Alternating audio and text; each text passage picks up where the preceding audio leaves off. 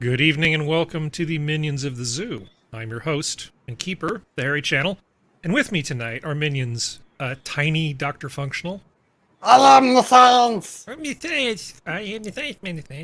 We are the lollipop. SkepTock. Hi, everybody. And Serenity. Hello. Star 13. Okay. Well, it's a 20. That was See- some still Showing a 20. It's Yeah, no I know. longer Well, Star 13, it's Serenity Star Well, I was 20. looking at the all the flowers surrounding the D20, and I'm like, okay, what are you trying to do here tonight? Gotta be happy, damn it! Go with it. Okay, I'm going with it. Let's see. It has been a long week. It has been a very long week for me. I had at one point I was dealing with a customer, and I had 6 concurrent chat conversations going at once, and that is about 4 more than I ever want to have.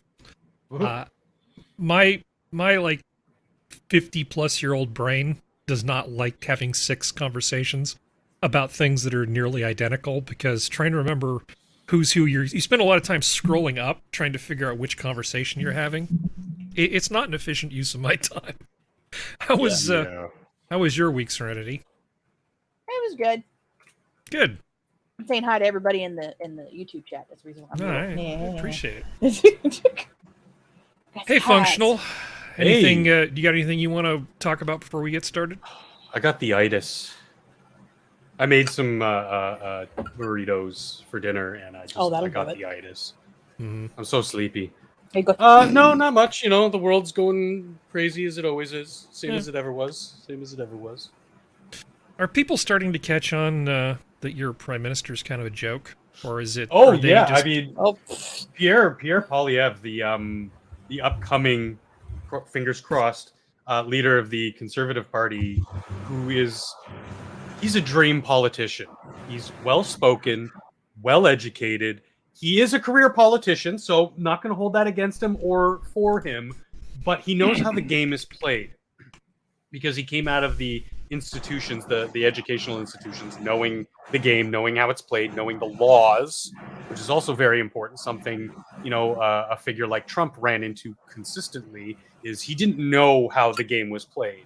Not really behind and he's garnering so much attraction because he's not just saying, oh well, Trudeau's an idiot because ABC. He's saying what we can do to make things better is boom, here's a list. One of the things that immediately drew me to Andrew Yang is he had a list of how to fix things. Now, most of those things were inane and stupid and the solution. But the fact that he came with a list of ideas to attack problems, I will tune into that from a political figure any day of the week, because I want to hear, good or bad, what the ideas are. Because, one of the huge fundamentals behind freedom of speech is you put all the ideas out on the table, and then everyone can look at them and go, well, no, these are horrible ideas. Let's put these aside. These are really good ones. Let's put these to the other side. Now let's dig through all these sort of middling ideas and how they interact with the good and bad ideas and blah, blah, blah, blah, blah. And I think he's never given me any reason to doubt him, even though he is a politician. So I'm thumbs up, super hopeful. Like, Canada might have a big turnaround soon, which is good. I only hope that you guys down south can turn it around in the midterms and subsequently in the 2024s. Well, if there is For a better, way, I don't know who that is, but for better. Well, if there's a way to screw it up, the Republicans will find a way. They do it decade after decade They after tend to decade. screw it up, though, Skep, by not doing anything. Being complacent that they have a good lot in life, and then when it's too late to look at the other side, go, whoa, what the is going on over here? Mm-hmm.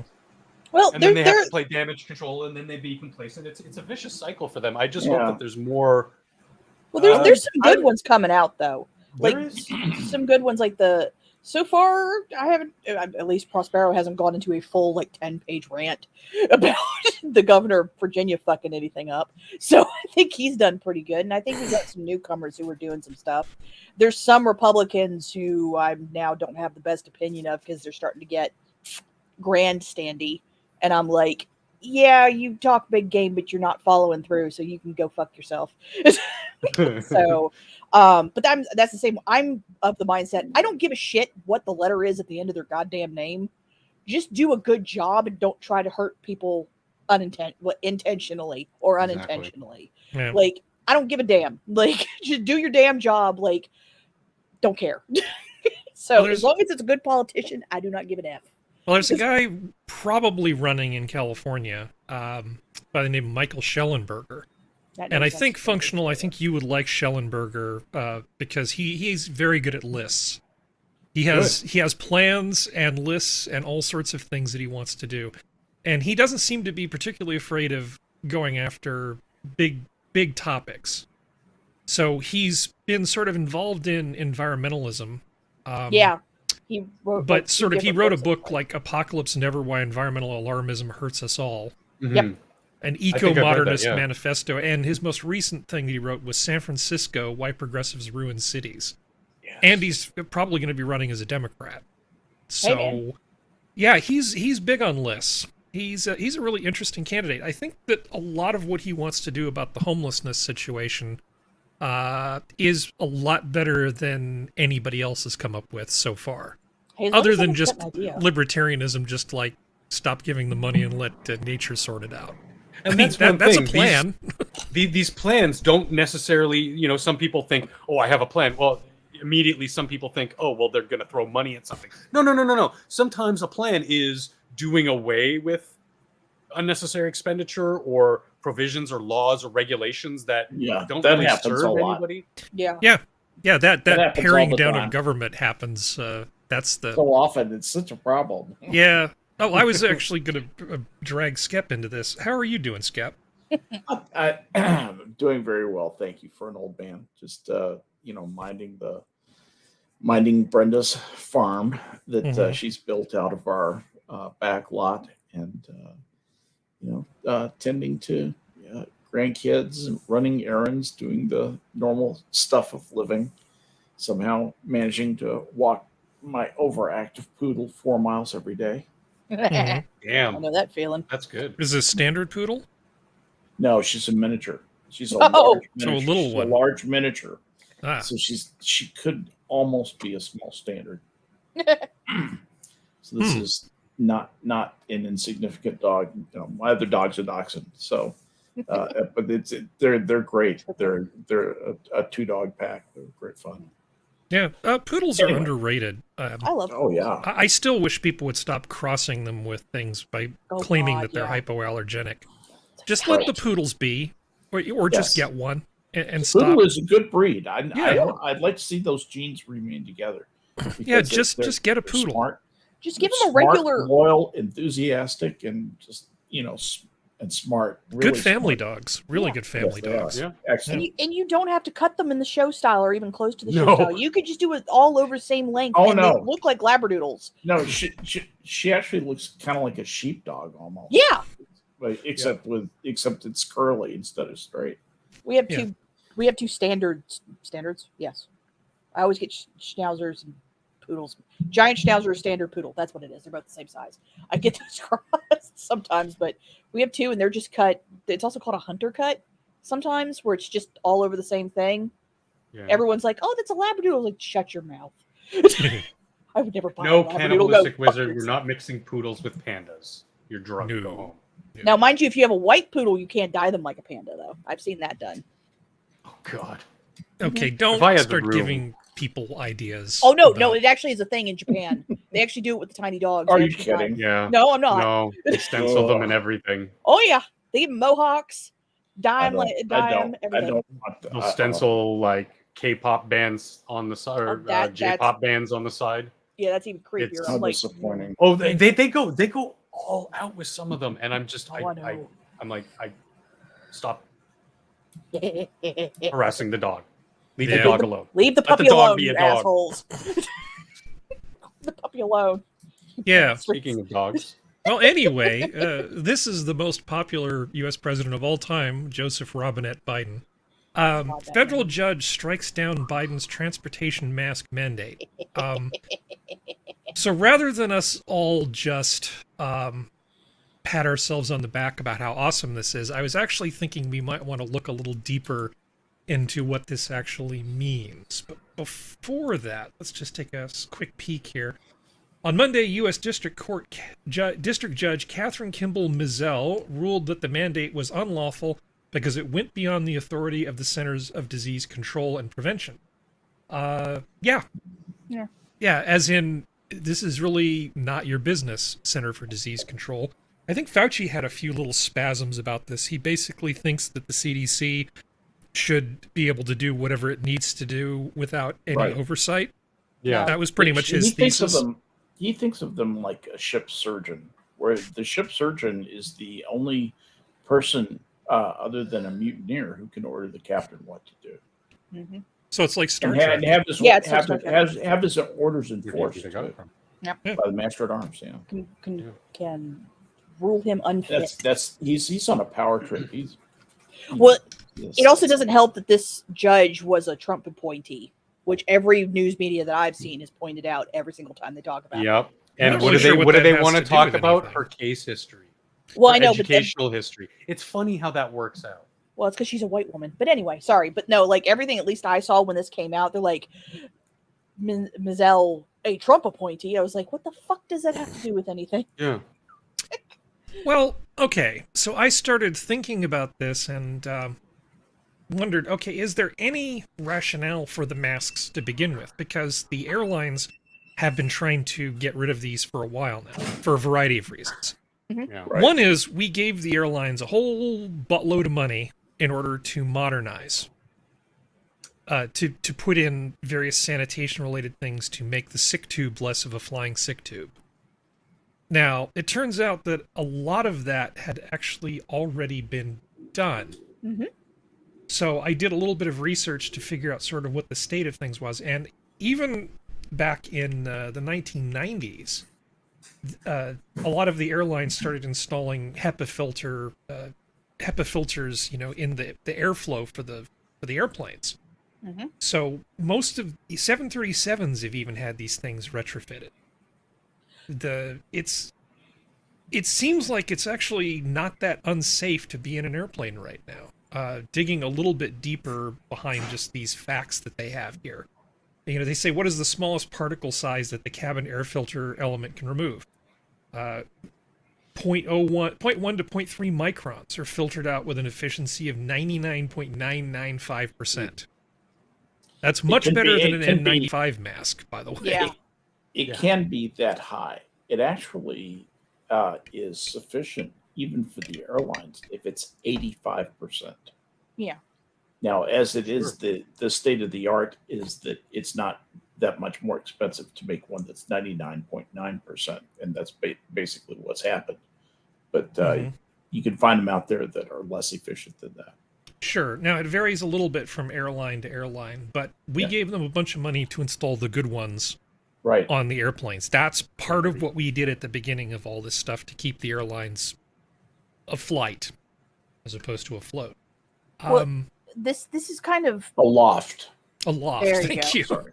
This kind of rings true to how people are going after and I hate to take this detour, but it's a real quick one. How people talk about all the mercury in the coal plants, and that in reality, most of the scrubbers and all that kind of stuff that take all that out have been part of the power plants for decades at this point.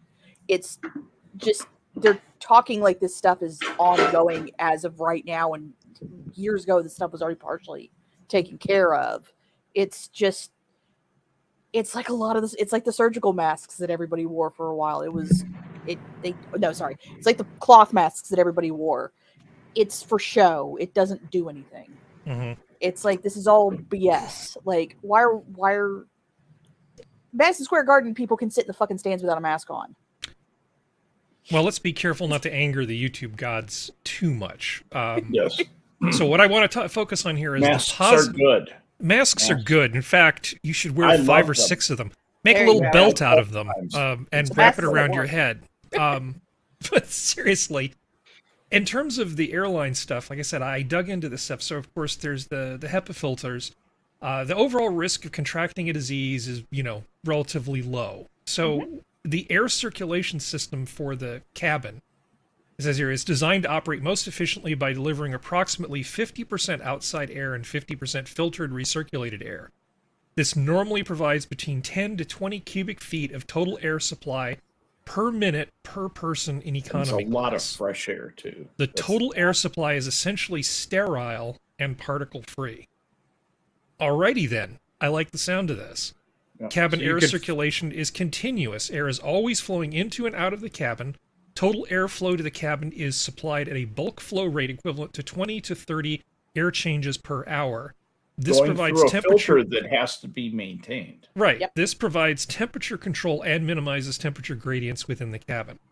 This is way, way safer than you are in an office building or Oh, yeah. a I agree. I factory was going to say, yeah. or a school or any Anywhere place but else home. practically. Yeah, any Yeah. place but home. Or most cruise ships, Yeah. Oh, which Oh, I was God. just looking up as you were reading some of this, Harry. That Yeah. gymnasium. most do not. Yep. Some do, like Norwegian Cruises and some other companies, but most Royal Caribbean, Princess something, Yeah, princess. a lot of these American-based. Yeah, uh, Norwegians cruise always ships. been like that. They've always been really hardcore about cleanliness. Well, that's the and- thing. A lot of the European ones did seem to have it, but a lot of the North American, South American kind of berthed ships do not. What's I've gone on 2 of those Norwegian cruise. I've heard they're cruises. amazing. They are. They're just. And It's better quality cruising. Oh yeah, no, that's what I've heard. That it's a lot better than anything. It's, right it's And not- I this surmise is not that- like Carnival. Yeah. Sorry. if Skep and I were on an airplane with one of these filters, we're sitting next to each other. We both have aisle seats, so there's the aisle between us. Like I could let one rip, and the only one that would actually smell it would probably be the person sitting directly next to me. That Poor by the time Ellen. it wouldn't even get to Skep. It would just be Mhm. safety, You have the man. little- That's you have- that's safety right there. Of course, I'm a Yeah. train person. I love trains, so I'm kind of curious what the filters are on American trains. The point being that the technology's there, and Oh, in yeah. something like an airplane, it's actually relatively straightforward because it's a really easy environment to control in terms of airflow. Unlike just about everything else, you're in a pressurized sealed tube. You can control Yeah. the horizontal and the vertical about how the air moves within said tube and how it gets That's the filtered. truth. That is So, the truth. The mask mandate, Very important. not only is the judge probably right about the law, but I have a feeling that the airlines themselves were calling for an end to this for a long time, saying, look, we already did everything we need to do. We don't understand why you're making us keep this up. Oh yeah, no. The a lot of flight them crews are- were getting tired of dealing with people who were essentially just rebelling because of fatigue. Well, I mean, you have little kids. Like some of these really little kids, they can't wear like a 2-year-old doesn't understand to wear a mask. Right. Like, and those kids are throwing temper tantrums, and people are getting thrown off planes because a 2-year-old won't wear a mask. Well, we're done with this now, Yeah. thankfully. Well, nah. Did we learn our lesson? That's No. the $64. No. Yeah, I'll tell you I right tend now, to agree no. with Serenity. I don't think we have. Oh, I'm No. sure we haven't. Well, I think individual states have learned their lesson because I think a lot of people have finally figured out that we're not federal first, then state level. We're state level, then federal because of how many states went fuck you. Yeah. So I think that may have taught some people some things, but only time will tell. Okay. Well, let's see. We are right on schedule if I switch to the next thing. So let's do that. California is pushing back school start times. The move could sweep the nation or backfire. All right. So I really want to try to keep an open mind about this because my initial knee-jerk reaction is this is the dumbest thing I've ever heard. If I think back to when I was a kid, and if I needed to be someplace in the morning 30 to 45 minutes later, I would probably stay up 30 to 45 minutes later that night. I'm not going to just suddenly get 8 hours of sound, solid sleep because they've decided the school's at 8:30. You know, the teenagers are dumb and stupid, and they just do dumb, stupid things. Oh So boy. I mean, on the face of it, this seems like a bad idea. But they claim that there's some proof that it actually works. Let's take a look at, let's try to steel man their argument for a little bit here. I actually went through that study a little bit. Well, good. I'm going to come to you in just a moment then. And like I said, let's just steel man their stuff. After gaining speed slowly over the past 2 decades, a movement to start the school day later for middle and high school students just got a massive boost in California when Governor Gavin Newsom last week signed the nation's first state law. This is a little bit older. It's kicking in the fall, mandating later school start times, which have been associated with a slew of health benefits for teens. Now, there's the word, associated with health benefits. He turned what was long been a local issue into one that could be hotly debated in state houses across the nation. This is huge, said Judith Owens, a neurology professor at Harvard Medical School and the lead author of a 2014 policy statement from the American Academy of Pediatrics that calls for schools to let students get more rest by better aligning school start times with teens' biological sleep rhythms. Right now, all of these school districts are debating this within their own communities, and it's a very painful process. But if we get this done at a statewide level, then there will be no freedom of choice at the local level, and the discussions can just go away. Okay, I'm embellishing a bit there. Advocates hope that California's new law, which over the next 3 years will bar most high school students from starting class before 8:30 a.m., and most middle schools from starting before 8 a.m., will supercharge a public health campaign that has until now reached schools on a piecemeal basis. Go ahead, Skep. Well, no, I think this is a situation where they had a district that keeps track of its what do they call it? Continuous enrollment. Is that that was the principal metric that they used to document the increase in that number from knocking the time the school started to, what was it, 8:40 in the morning or something, from 7:15 to 8:40 in the morning. There it is, right there. And they and so they measure this and they say, hey, you know, we have, for whatever reason, a greater number of continuous enrollment number, a higher continuous enrollment number is what I'm trying to say. And it's coincident with, you know, if you look at this period and this period, the you know, start time was at this point. This period start time is this point. We have more continuous enrollment now. That, you know, you can have correlation, but not causation. You know, you can have two things independently happening. And I almost guarantee you that's what's happening, because there, in a number like that, there's a lot of complicated population sociological metrics that can be measured that seem completely ignored in this study. The other big hole in the study is that there's no control for it. They did not run two population groups and you know, two counties or two school districts, you know, that were ceteris paribus, otherwise equal. Sorry, that and do the comparison that way, so that there's no control. There's no scientific method about it. It's a statistic they happen to have. It was coincidence with this favorable number, and so they published it into a paper. That's what sociology has fallen to right now. Okay, off my soapbox. Thank you, Harry. No. It seems like it's the first step, you know. Hey, we found this data. Now it's time to move on to disprove the data.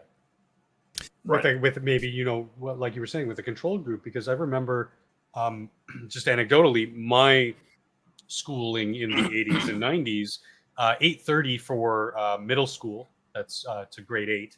And then high school, which was grade 9 to 13, it was 8:45 in the morning. Which I lived right across the street from my high school. Mwah. I still arrived at school at 9:15, 9:30.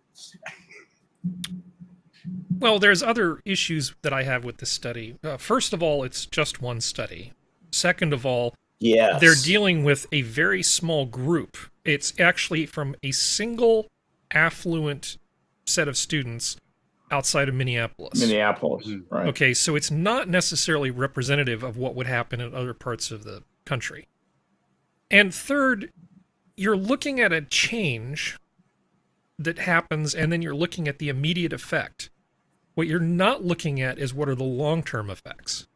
Because in that school district, as people adjust to the later start time, I predict that the benefit will start to decrease. You might Absolutely. initially see an improvement because people will have certain habits about how late they stay out, what they do, that sort of thing. And then as it becomes the norm to show up at this later time, I predict that their going to sleep time will just slide. It's got like getting a raise at work. It makes you happy for a little while. After a while, it just becomes part of the background noise. It's what you make. You're back to I get paid Yeah. shit. That's why you're better off giving people promotions with no raises. You know, give them an attaboy, make them feel good about, you know, we're moving you up to analyst 2. Yeah. Does that come with more pay? No, but prestige, all the prestige. Absolutely. The card, By your itself, business card is much better. This is an interesting hypothesis. I'd like to see it more flushed out and discovered what is more beneficial and where is it applicable? Is it as applicable in a urban area as it is in an agrarian town that's mostly farms? I would think not. I would think that them being accustomed to having that very early morning start in line with their parents and their neighbors would be much more beneficial to get that sort of start of the day in their schooling to be. Let me just tell you, Texas farm families love that early start. They absolutely do. Yeah. Out in the country out here, the ranchers, absolutely. Same up here. As soon as dawn broke, if you weren't out there fully like ready to go, you weren't working. Well, you should have been operating a seed drill for 2 or 3 hours, but then you get to stop and drive your kid to school because otherwise Child Protective Services will take them away because God forbid the little darlings, go to school unattended. Oh my God! I actually, when I was in junior high school, I decided that riding the bus was stupid. So I just started riding my bike, and so I would ride my bike in the morning. Even if it was raining, 7 miles to get to school. This would be probably considered criminal child abuse if you let your kid do that now. So did I, but I live in Canada where there's snow 8 months out of the year. Well, you said you lived across the street. No. Middle school was still a good kilometer and a half away. Yeah, middle school high sucked. school, yeah. I could fall out of my front door. School. So I love the 7 mile stuff. It's like, my school was 30 miles away. Well, you probably didn't have the option of riding your bike. No, I had to ride the school bus when it was dark out. Yeah, that sucks. So, Functional, can you read these paragraphs? Because this is the problems that it creates that even the news acknowledges. It's apropos of what you were talking about a moment ago. But Temkin warned, if this is implemented where it's sort of just sprung on a community without taking, let me full screen this. Sprung on a community without taking the time to build in the necessary childcare support and thinking through transportation issues, then I think we are much more likely to see negative consequences. Research shows that later school start times can increase the duration and quality of adolescent sleep, which has been linked to health benefits such as lower rates of depression and a reduced chance of a teen will be involved in a car crash. But the debate over school start times asks districts to balance those benefits against economic and social consequences for parents, students, and teachers whose lives may be disrupted by changes to their schedules. I can see that.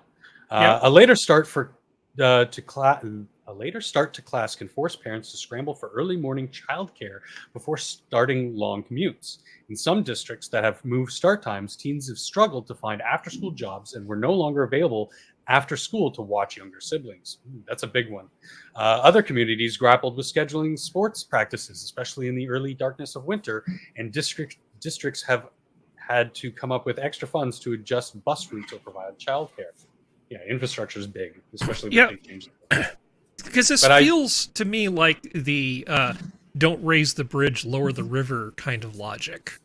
Yeah. Couldn't you just send home a thing to the parents and say, kids who get more sleep perform better. We encourage you to have your kids get enough sleep, rather than restructuring everything and causing all of the problems you just listed?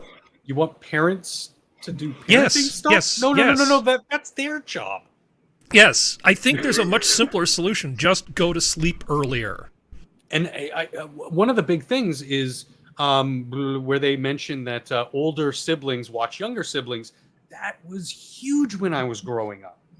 My older siblings watched me. I watched my youngest sibling. Like, I mean, that is huge, because ask any parent who has to pay for childcare. It is outrageously expensive. Yeah.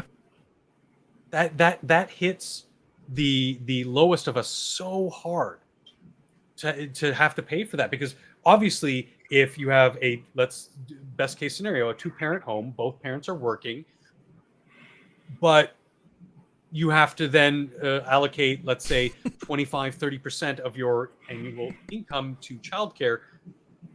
That's a huge chunk. I want to ride my bicycle. Bicycles are great. I love bicycles. I love that song. There's one thing, like, because being country as hell, especially when my grandmother was a teacher, and during high school I lived with my grandparents because my mom was doing travel consultant work at the time. But like, they were both gone like, my grandmother, because she had to go teach at elementary school, was gone. My grandfather taught at a nickel didn't taught. My grandfather worked at the nickel plant. Like, I at the age of 12 was waking myself up to an empty house, making my own breakfast, getting myself ready in the morning, and then leaving. You poor At least thing. for only children. Like, there's not that much. If you actually trust your kid, and I was pretty trustworthy because I never used anything other than I grabbed Pop-Tarts or I had cereal. So they never had to worry about me burning the house down. So it was one of those things that, like, and I would come home to an empty house. Usually because my grandmother had to make sure all the kids got on the school bus because it was an elementary school, and nickel plants are not just 8-hour shifts. But that was even when my mom worked at the hospital. When I lived with her when I was in middle school and junior high, like, I'd come home to an empty house and I'd take care of the dogs, do my homework, and then wait till she got home, and then we'd have dinner. Like, I think I understand where some of this is coming from, but I think this is, in some cases, over complicating it. Mm-hmm. A lot of kids have already been doing this stuff by themselves long before.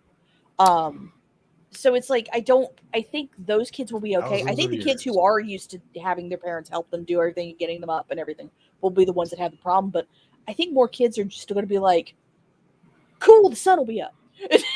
Just Again, real quick, anecdotally here, what they did halfway through my stint through high school is they went from a 4-period day to a 6-period day. And what that allowed for was for late sleepers like myself and some other people I knew, school could start at 9:45. For others, it could start at as early as 7 o'clock for first period. So giving parents and students, because it had to be agreed upon by the parent and the student with the school, to sort of say, well, yeah, if I have to be at work at 9 o'clock, then I'd like my kid to be out the door by 8 o'clock. So I'll schedule my time. But if I have to be at work at 7:45, then yeah, first bell 7 o'clock, boom, let's do it. Yeah. Well, sleep hygiene is a thing that affects people later in life. So Elwin's saying, has anyone tried to get a kid to go to bed, especially a teen, short of drugging them? Well, Yeah. okay. I don't even think the drugs would work. This is one of those teachable moments. If you want to get somebody onto a lifelong habit of good sleep hygiene, this is where you put in the effort, as annoying as it might be. One of the big problems is that these kids have their phones. and they take their phones to bed and they stare at them and they just shove blue light in their eye holes, which completely screws up the melatonin balance in their body. And then they have and to take makes it melatonin very supplements. it makes it very hard for them to get sleep. And this is a habit that people carry all the way through their lives because they never get off to a good start. Yes, Yep. I actually think it's worth the effort of trying to get younger people to learn good sleep habits earlier. I know it's annoying, but it would ultimately be a really good life lesson. Well, what's And a the old lesson that a lot of adage? adults really need to go back and learn now, because there's a lot of people who get shitty sleep who just don't understand the science of how to sleep properly. If you look at I think on YouTube, I've recommended Huberman Lab channel to people before, and he has some really good stuff on sleep and a lot of other health-related things. He's like a neurobiology guy. And there's really some interesting stuff there about melatonin and color of light and sleep hygiene. I mean, the information's there if you just want to go look for it. That's all I'm saying. But I agree with you.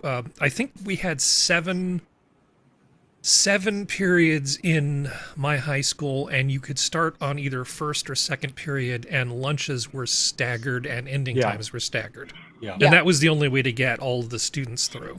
And I will tell you, having lived across the street from my high school, that staggered end time was gorgeous. The neighborhood was no longer flooded with cars. Again, big city, granted. It was no longer flooded with cars. There was actually a steady stream of people coming and going, and traffic wasn't backed up for blocks.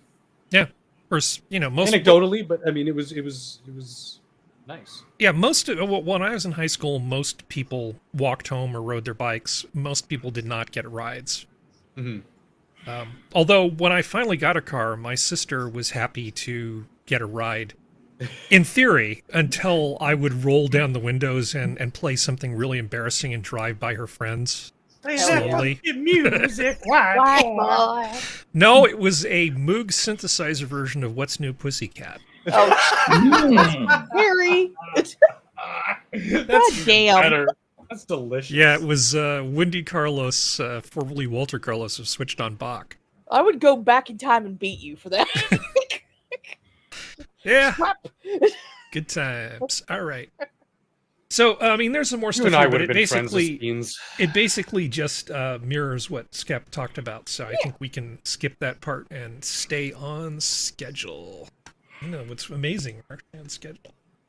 All right, let's see. Get rid of that. And I think just as you were transitioning, to build on what you said, Harry, of like giving some information to the parents, maybe if a teacher sees, oh, Johnny's having a little problem early in the morning, maybe tell the parent, let the parent handle that first instead of having it like I know, God forbid you talk government to the or parent. board mandated. Yeah, stuff. no, we can't do that.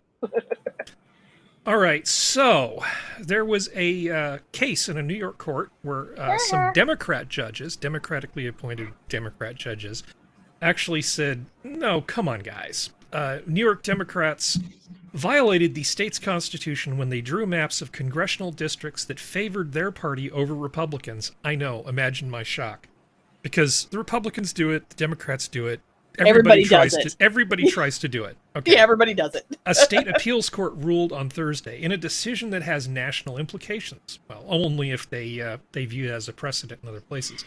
The divided five-judge panel upheld a key part of a ruling by a lower court that the districts, which were drawn in such a way that the state would only have 4 Republican-dominated congressional districts instead of the current 8, were deliberately constructed to favor one party over another. I know.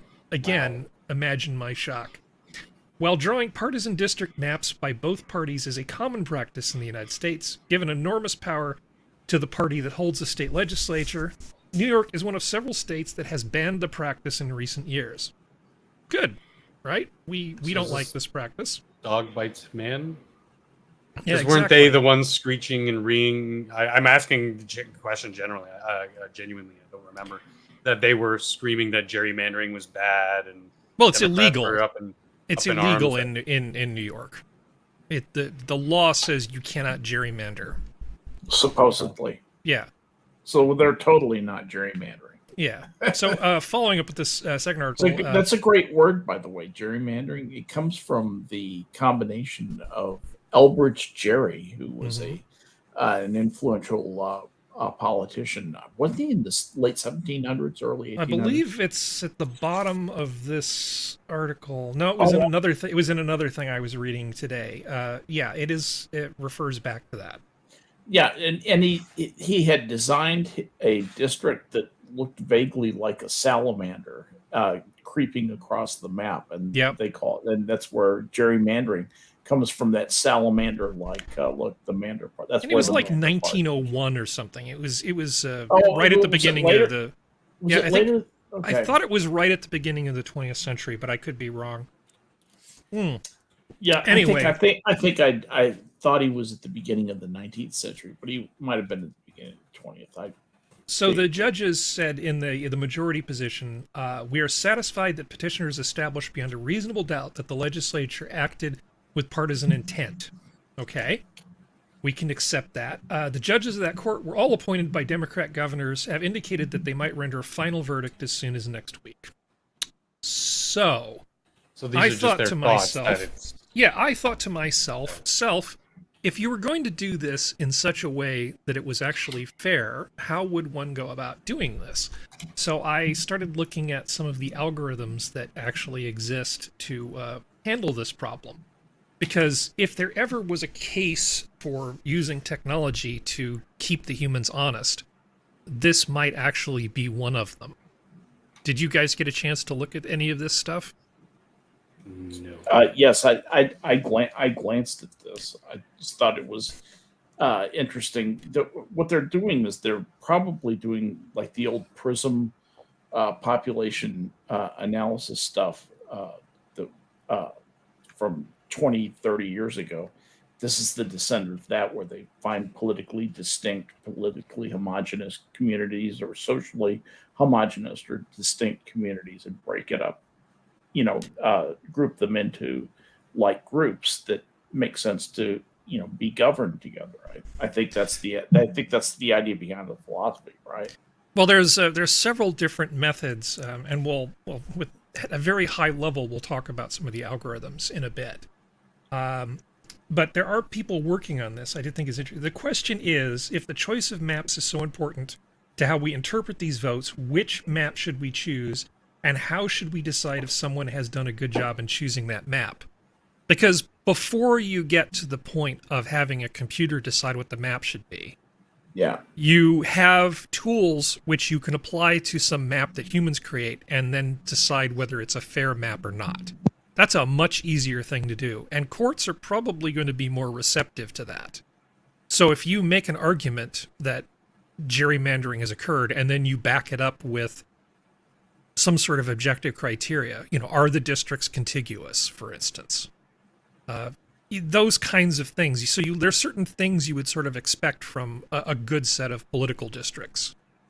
Now, obviously, there's people who would make all sorts of arguments about how they're supposed to work, like don't take ethnic and political minorities and intentionally break them up. I don't know if this is still true, but I believe Austin is actually broken up and into pieces that belong in 6 different districts, rather than being one voting block. Is that still true, Skep? Yes, it is. It's highly gerrymandered. We're extremely gerrymandered down here. Yeah, that's amazing. Let's just make sure that Austin can't do anything. So we'll just chop it up into 6 pieces and go, you get a piece, you get a piece, you get a piece, you get a piece. We'll just dilute their whack job vote so that they don't screw up Texas. Good job, guys. Yeah. So let's see. In preparation, mathematicians are sharpening new algorithms, open source tools developed over recent years that detect and counter gerrymandering. Well, actually, open source is the way to go. There are packages that do this that you can use to gerrymander or not gerrymander.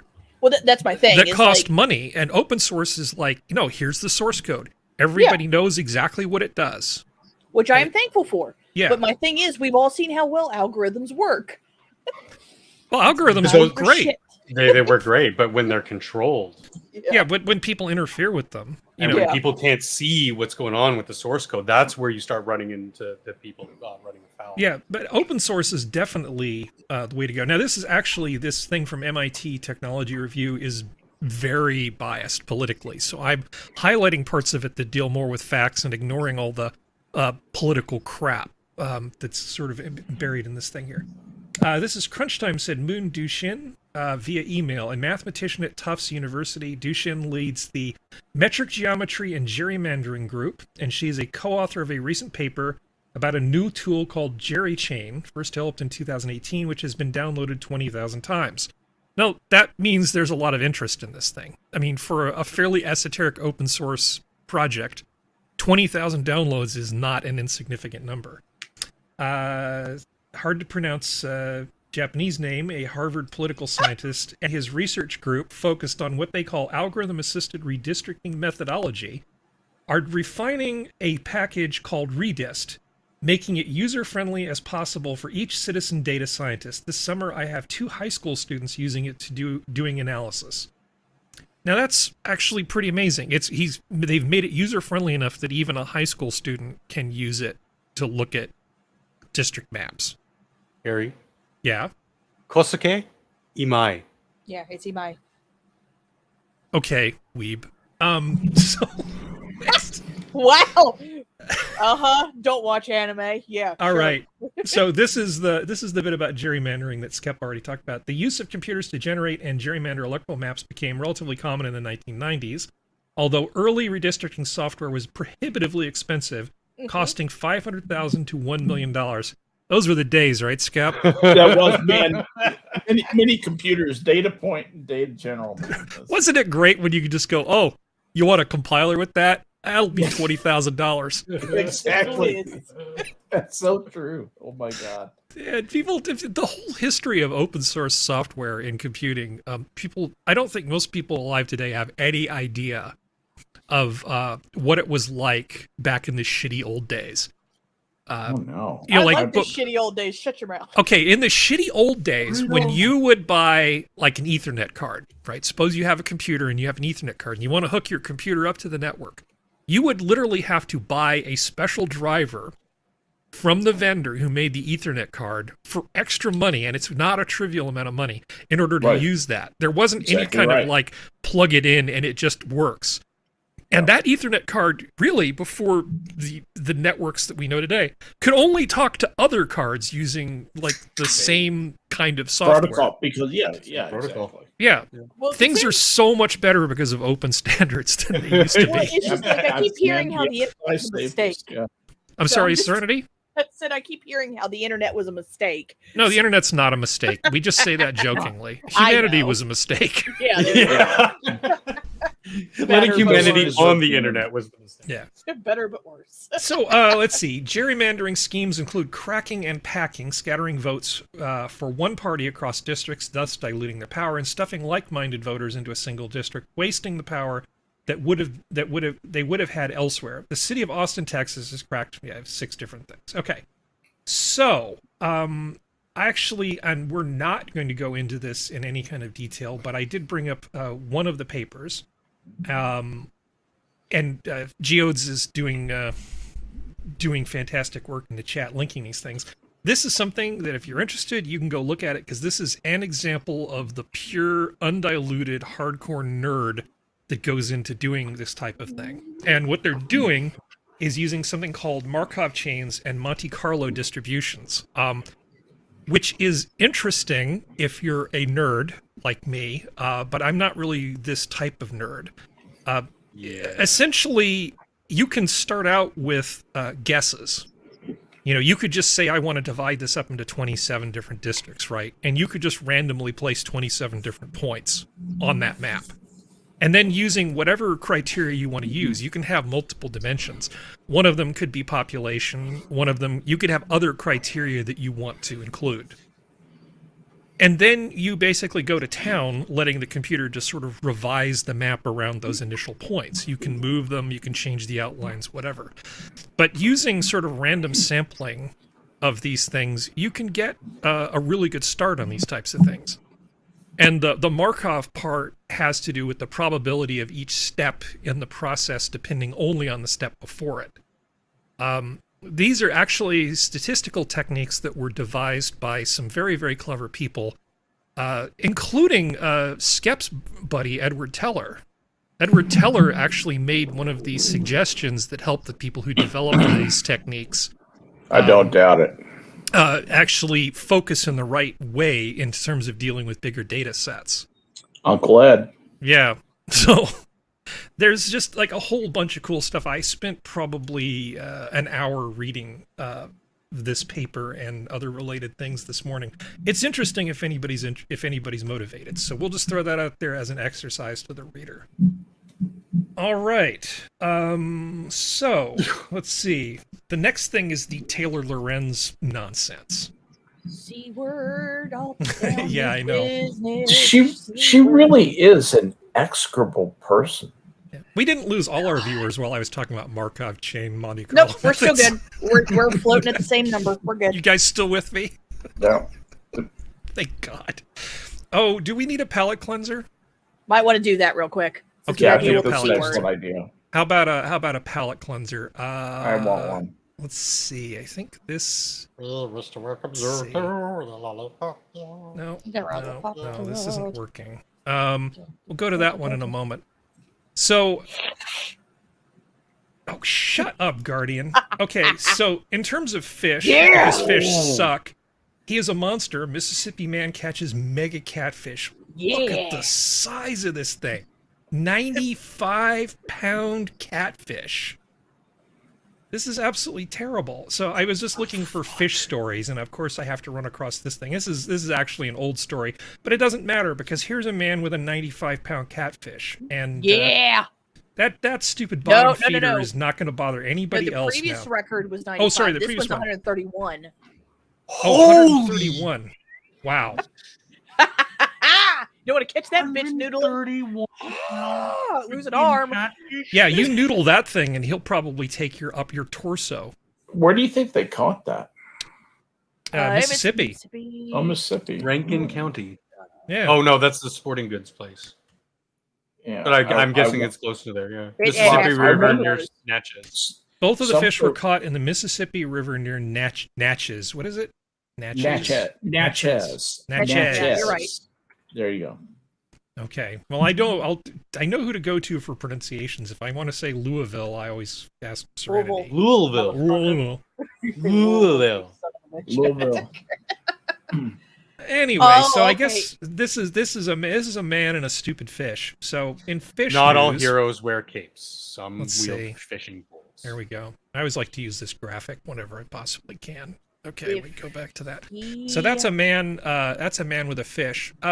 Also, I was really excited. This is completely stupid and nerdy. I was thinking, oh, I could get a Raspberry Pi, which is a little cheap computer. I have a few of these things, but there's kind of a supply problem. So it's like, good news is there's this thing now that helps you actually find Raspberry Pis.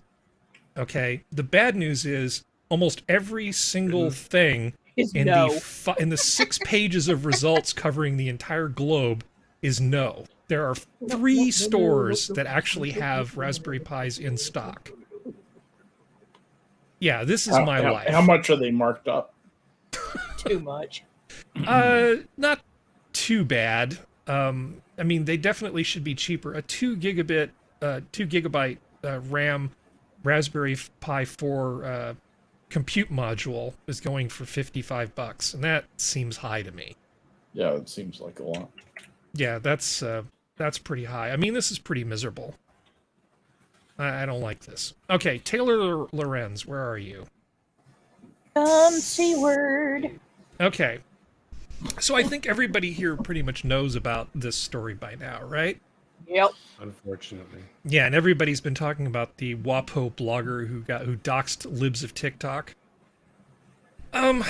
So rather than get too far into the backstory of this, because I mean everybody really knows about it, what I was thinking was, how is it that this woman is able to dox somebody like this? Because if you're an anonymous account on Twitter, how is it that she was able to get this woman's information if she didn't dox herself? Now, big thunk. yeah, I mean, so there's only a handful of ways this could have happened. Yeah, Harry, Yeah. be very careful talking about doxing on YouTube.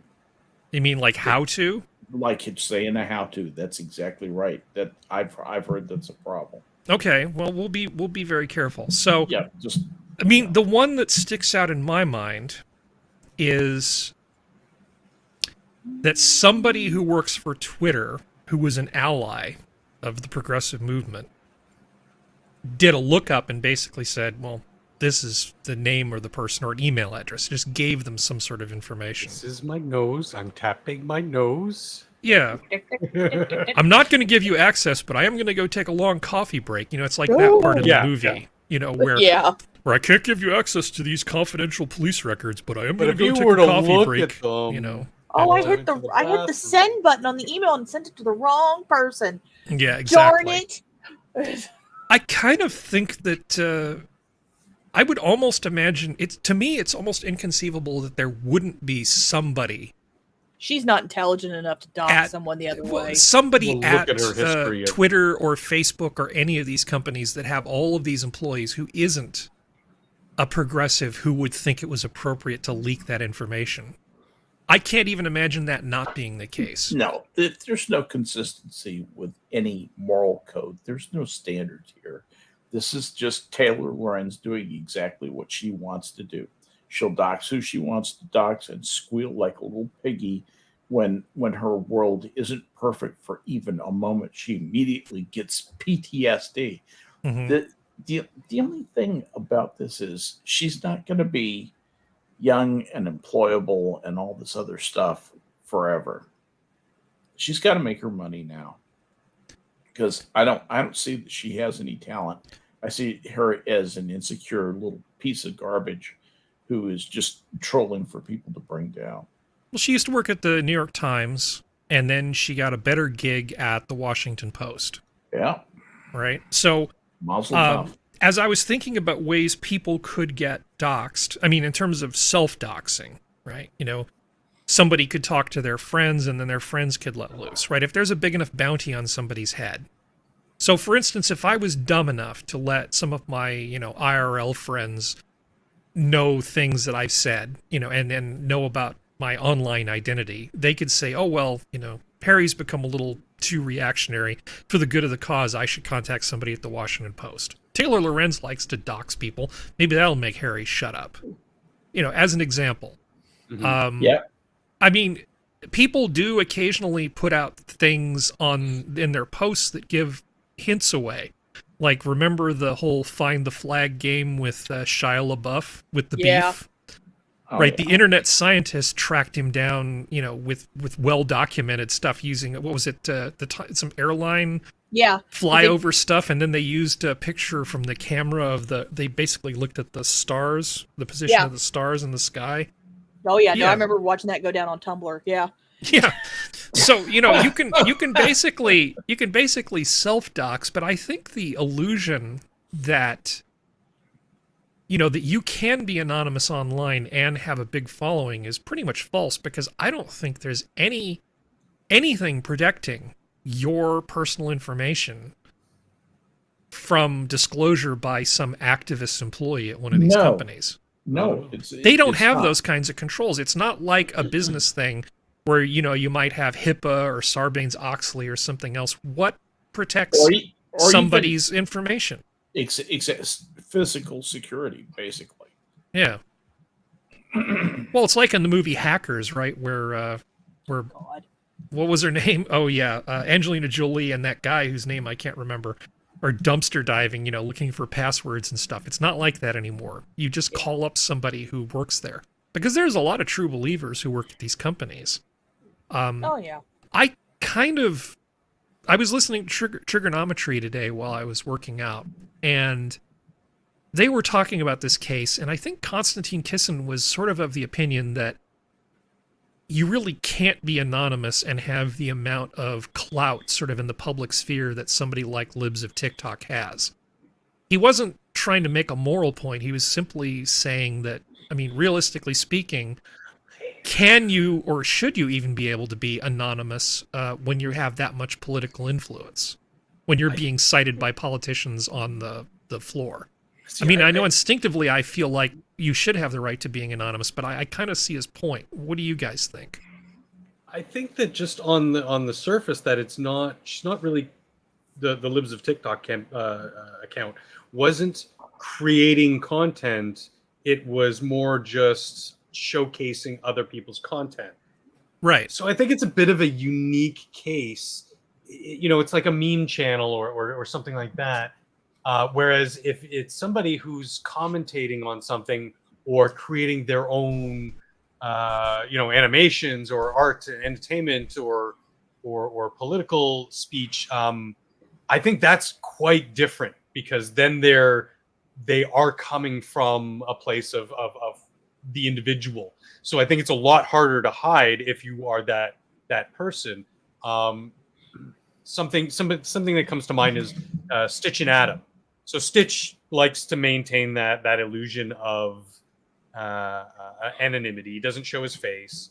Adam doesn't care. He's right there. Boom, here I am. Yeah, he stopped caring a long time ago. Yeah, exactly. He just stopped caring because it's like, well, you're either going to trust in your own ability and the institutions like the police to protect you from illegal acts, or you're gonna just sort of hide and kind of be looking over your shoulder in the internet world constantly. So I mean, it's I think just down to the personal preference of the individual, whether or not they should allowed to be anonymous or not. Well, I feel like we're trying to fix a problem indirectly, because the real problem is cancel culture. Oh yeah. If it wasn't for the fact that people are contacting employers and then the mob is making it so people's livelihoods are put at risk, wouldn't the world be better off if essentially nobody on Twitter was anonymous, right? So nobody would basically misbehave feeling that anonymity emboldened them. And Aiden Paladin has spent a lot of time talking about the way people's behavior changes when they feel like they're an anonymous part of a mob. Yes. Okay, so there's a very different way that psychology works. People become much worse versions of themselves when they're part of the black bloc, when they think that they can just blend in and get away with stuff. They tend to view other people outside of the mob as less than human. And if we got rid of the cancel culture part of it, if employers stopped listening to random idiots on the internet, and everybody was basically checkmarked on Twitter, and everybody could just say whatever it is they want to say, the world would be a much better place. The anonymity only really matters because we're trying to not get canceled. The canceling is the issue, not the anonymity, in my mind. Yeah. But to beat canceling, you have to beat human nature. Yeah. You have to somehow conquer jealousy, conquer all the things that go into the cauldron of the minds of the people who dox people for maliciously. Yeah, it's pretty shitty. You call it cancel culture, but what it really is just indirect violence. You are enacting, and there are cases of places of outlets that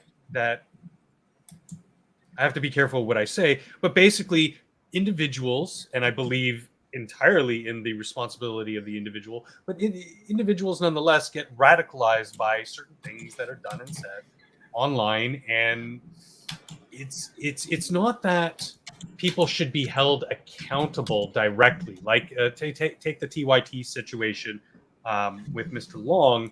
I don't think that they should be held responsible for that person shooting people, but I think that they should be held responsible for the things that they said, if that makes sense. So in that case, I know that they're public. They're not. So you're are you pro cancel culture? No, I'm just saying that violence is violence, and cancel culture is just violence, and violence is illegal, is what I'm trying to say. Well, it's just economic violence as well as physical violence. Yeah, it's an indirect form of violence. You're not don't directly I think enacting you're violence asking upon a them, lot. but you're putting them into a situation in You're which they will still suffer the same consequences. asking a lot of the word violence there, I think. Well, I mean, there is actual physical violence that can occur, and I wasn't really thinking about that so much because I'm not super worried about that for anything I say. Yeah. I'm more worried about somebody just contacting my customers and saying, "Oh, what are you doing having business dealings with this idiot?" Right. You know, But can if you you believe that have- he didn't listen, you know, that he doesn't believe that people who spontaneously identify as women right after they've been arrested on sexual assault charges aren't actually women and have always been women? No, I don't believe. I do believe there are people who exploit the system, and I've said so, and I will continue to say so. I don't believe people when they have a motive to lie.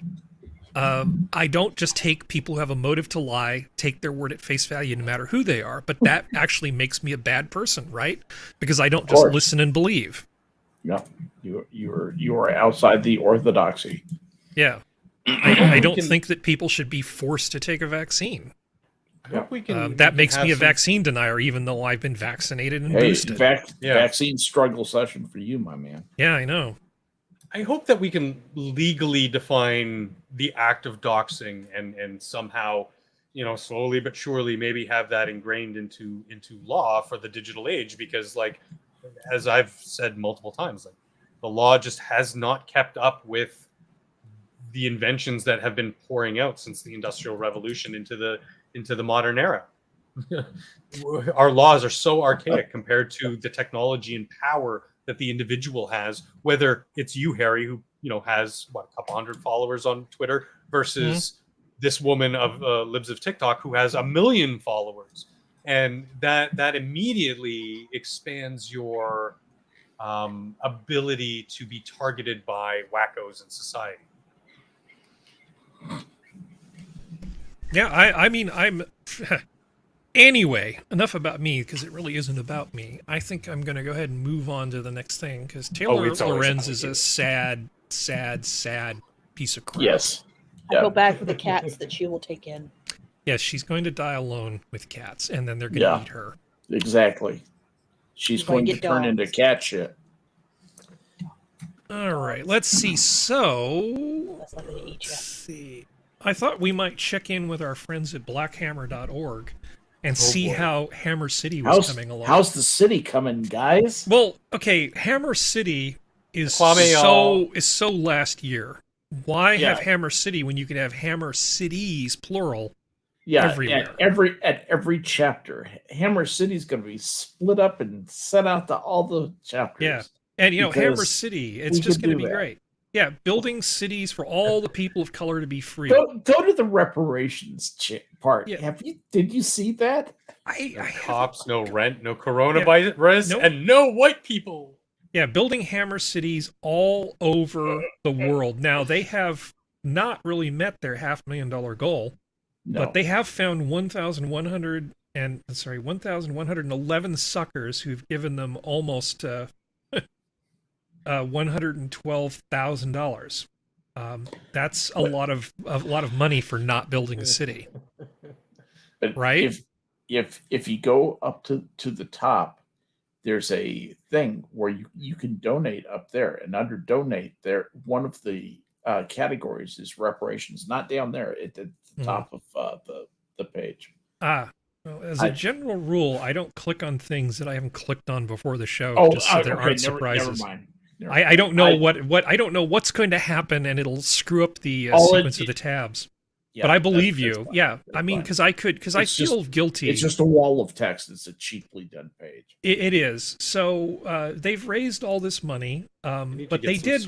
I find their rhetoric kind of interesting. So this is in the Black Hammer website, and they say why Black Hammer ran off with Hammer City's money, but then they proceed to say no, we actually didn't run off with all the money. And unlike Black Lives Matter, they're not running around buying $6 million houses with the money.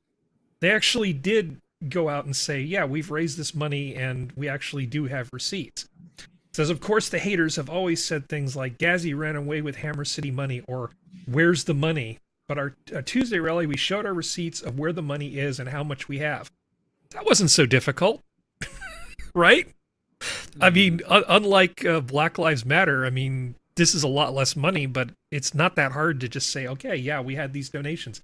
So there, despite all of their faults of just being completely ridiculous, at least they seem to understand that transparency for a charity seems to be something that you need. And she says, while the founders of BLM, Patrice Cullors, Alicia Garcia, and Opal Tometi, sit pretty in their mansions worth millions of dollars, the countless families that they've exploited for profit receive no real justice and are forgotten after they're no longer newsworthy. I find myself weirdly in agreement with blackhammer.org right now. Yep. I mean, Black Hitler's right from time to time. Yeah. Well, Black Hitler is never right, but it doesn't mean that every word that comes out of their mouth is untrue. You know, but yeah, they're not wrong there. Yeah. Not bad. All right, let's see. We're a little bit ahead of schedule. Does anybody have any more comments about Ghazi Kodo and his bizarre thing? Because even with $500,000, you can't create a city that has those characteristics. It feels like a long con rather than a short con. I mean, I hate to be cynical, but doesn't it sort of seem like this is like we're just going to get as much money as we can before we run off with it? Yeah, I think that's very definitely, this is the BLM model all the way. Well, the BLM model is make a bunch of money and start buying houses immediately. Yeah, that was... Hey, time's a wasting. Ain't nobody got time for that. You know, don't have time to actually help people. We've got houses to buy, and it's violence to ask us to fill out those the paperwork for being a registered charity. I don't feel safe. Filling that out. Oh, God, yeah, paperwork is oppression, Skep. Yeah, paperwork. Well, it can be, but... All right. So, what about the deep state? So this is an article in Slate where the author, Laura Miller, and that name is more than a little bit familiar, is basically saying Trump is right about the deep state, and thank God. Yeah. Was it Janet Yovanovitch, the former ambassador? Oh, the Ukraine? Yeah, has basically written a book. And so this is really a reach around from Laura Miller to Yovanovitch about the book that she just wrote. So I highlighted a few things, like Alexander Vindman and Fiona Hill, National Security Council officials who also testified to Congress about the Trump-Ukraine scandal. Yovanovitch came to represent what Trump world calls the deep state, high-level government workers who obstructed the Trump agenda, despite the fact that most of the time it was hard to tell what that agenda was. This was not an entirely unfounded belief, as the 2018 publication of an anonymous New York Times op-ed, "I am part of the resistance inside the Trump administration," indicated.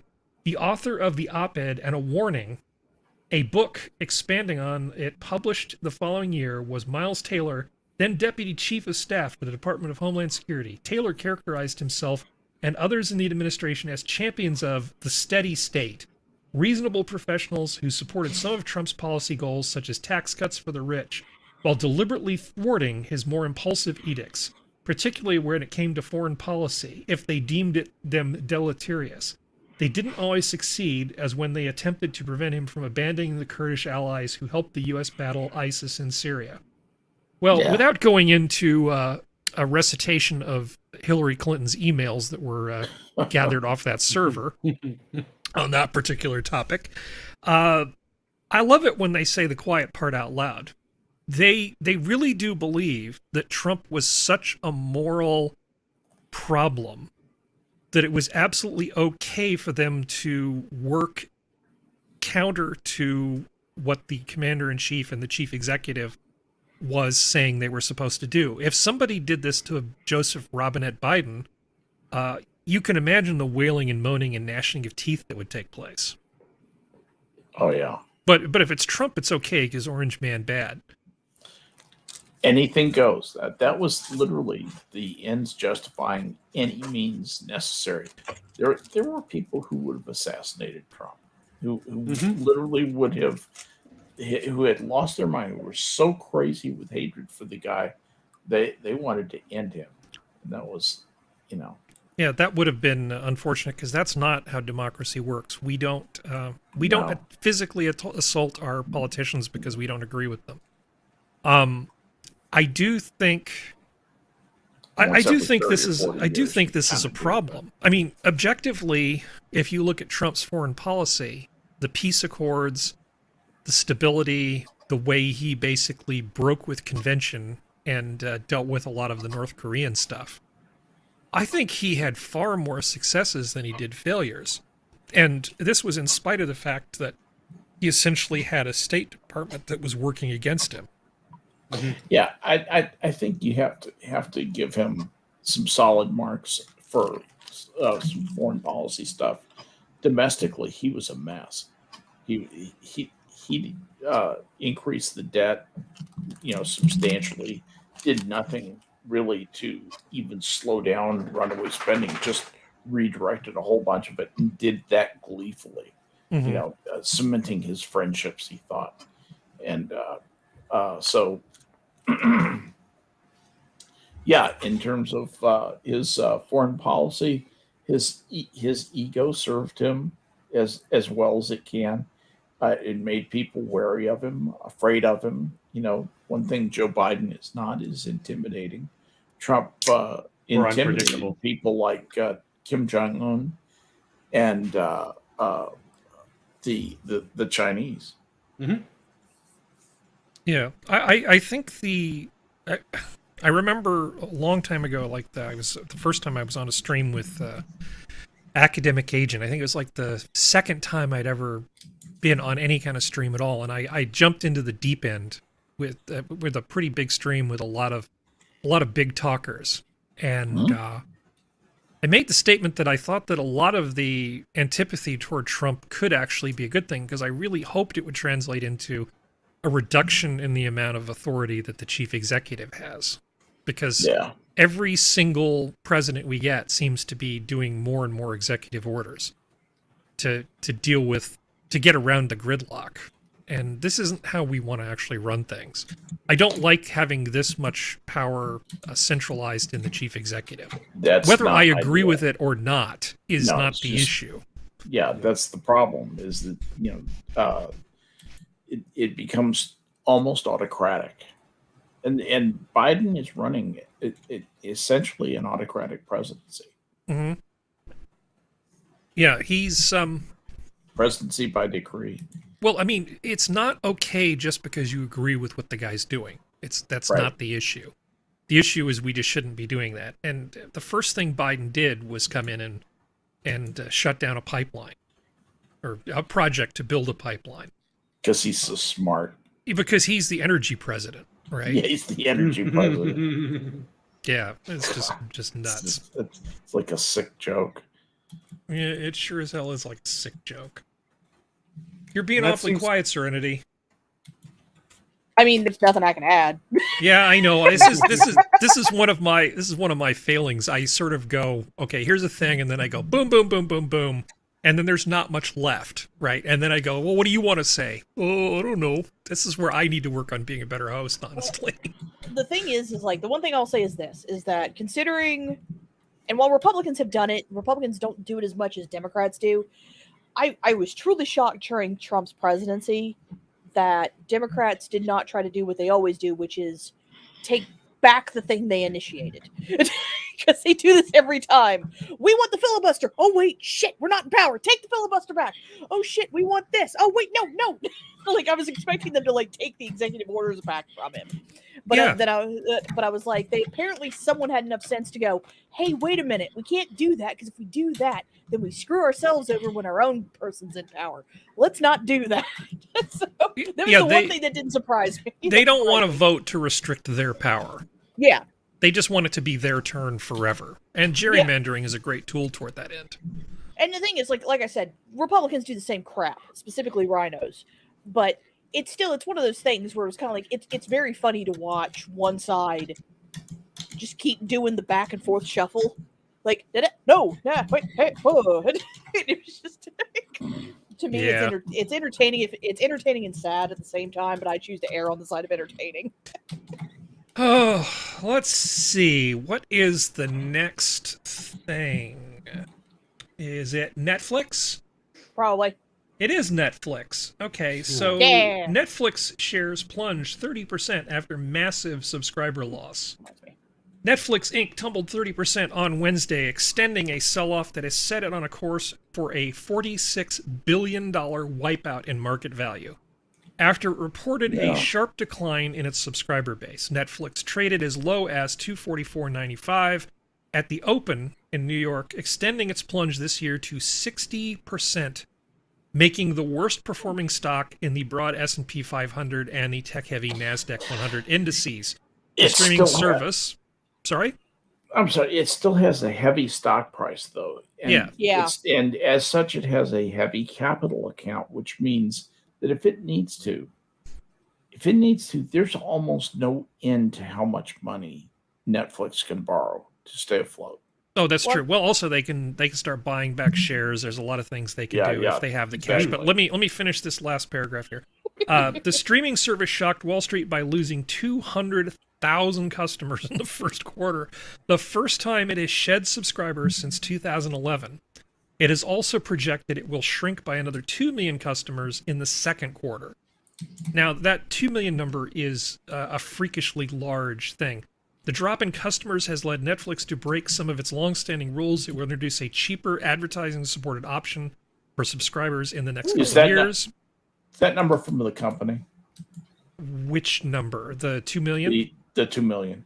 I believe so. I'll almost guarantee you that it is, and that what that is a little bit of chart polishing on the part of the company. That's something, because then it'll come out, far less than that. And they'll go, oh, look how brilliant we are. Well, they have to disclose this stuff. I don't think it goes in the 10Q, but I know they have to do, there's certain types of information they have to provide to shareholders. Mm-hmm. Yep. And so there's multiple disclosures that they have to make. They can't just hide this sort of stuff as a publicly traded company. Right. But as Skep pointed out, you can polish the turd a little bit, because if you're the one providing the number, there's a lot of ways you can provide an honest answer that's to your benefit by just tweaking things ever so slightly. Yep, that's what I think this is. Yeah. So they're going to bring on a cheaper they've been raising rates just recently, right? Yeah. So that's the new thing. Yes, Netflix just got even more expensive. So here's like a graph showing the rise in rates. Yeah, good times, right? So, I mean, the prices are going up, not entirely unexpected. So we had the whole thing with the pandemic where they probably got a lot of viewers. And of course, they're subject to inflation just like everybody else. The salaries that they pay their Netflix employees and what it costs them to make content, are all factors that have to go into this sort of thing. But Serenity, I know you had some things you wanted to say about this, so you've got the floor. Well, it has a lot to do with the fact that, one, there's a lot of misattribution to what caused this stuff. There's a lot of people getting hyperbolic about Elon Musk called it with Netflix. The Netflix law, this was over the first quarter, people, first off. This is not an overnight 200,000 people went, screw you, and went goodbye. The other problem is that Netflix is like every other streaming service in that they have crap content that some people don't like, and they have good content that some people do like. Mm-hmm. And the issue comes in the fact that there are a lot of people nowadays who feel, the word is entitled, feel entitled only to the good stuff and not the bad stuff, but do not wish to pay for the good stuff because it might end up on the bad stuff. If you don't know what I'm talking about, I'm hinting at the stuff that goes on.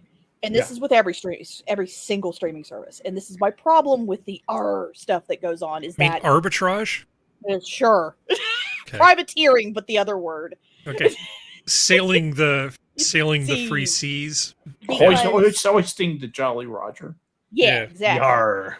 And the I- thing is that I understand to a point, like, there's shows on different things and you can't afford it, and I get that, and I do feel bad. But the problem is that all anybody complains about is the fact that, oh, well, I don't like this set of shows. Okay, do you watch The Witcher? Yeah. Do you love it? Yeah. What about Stranger Okay. Things? Yeah, I love that show. Then pay for it. Exactly. Like, just pay for it. Like, you're not going to like everything. And it doesn't help that you have people like, and I'm gonna throw his name out there, Crowder, who is blowing a bunch of hot air bullshit smoke everywhere and talking about crap he doesn't understand. One of the things he went on a rage about was the pushing of trans stuff on Netflix, which there is. I'm not arguing that there isn't, but you can avoid that and show them through your money and through your watches what you like, and then they'll stop doing that. This is the same thing that happens with the comic industry. Like, but at the same time, you have stuff that gets caught in the crosshairs that has nothing to do with that. Mm-hmm. There is a Japanese drama that I read the manga of in the mid 2010s. It was like 2012, 2013. It's called He's Expecting. Oh, I'm a gigantic weeb, darling. That's called He's Expecting. It has nothing to do with trans. Nothing. It is a biological male gets pregnant through a happenstance of fate. And it's like most Japanese dramas, it's satirical, and it's also bringing into light the crap that women have to go through by putting a male lens on it. But it's done funnily, and it's done very well. There's a live action that's on Netflix. All Crowder and his crew saw was that it was a dude who was pregnant. Yeah. And automatically said, "Oh, well, they're trying to shove something." No, they're not.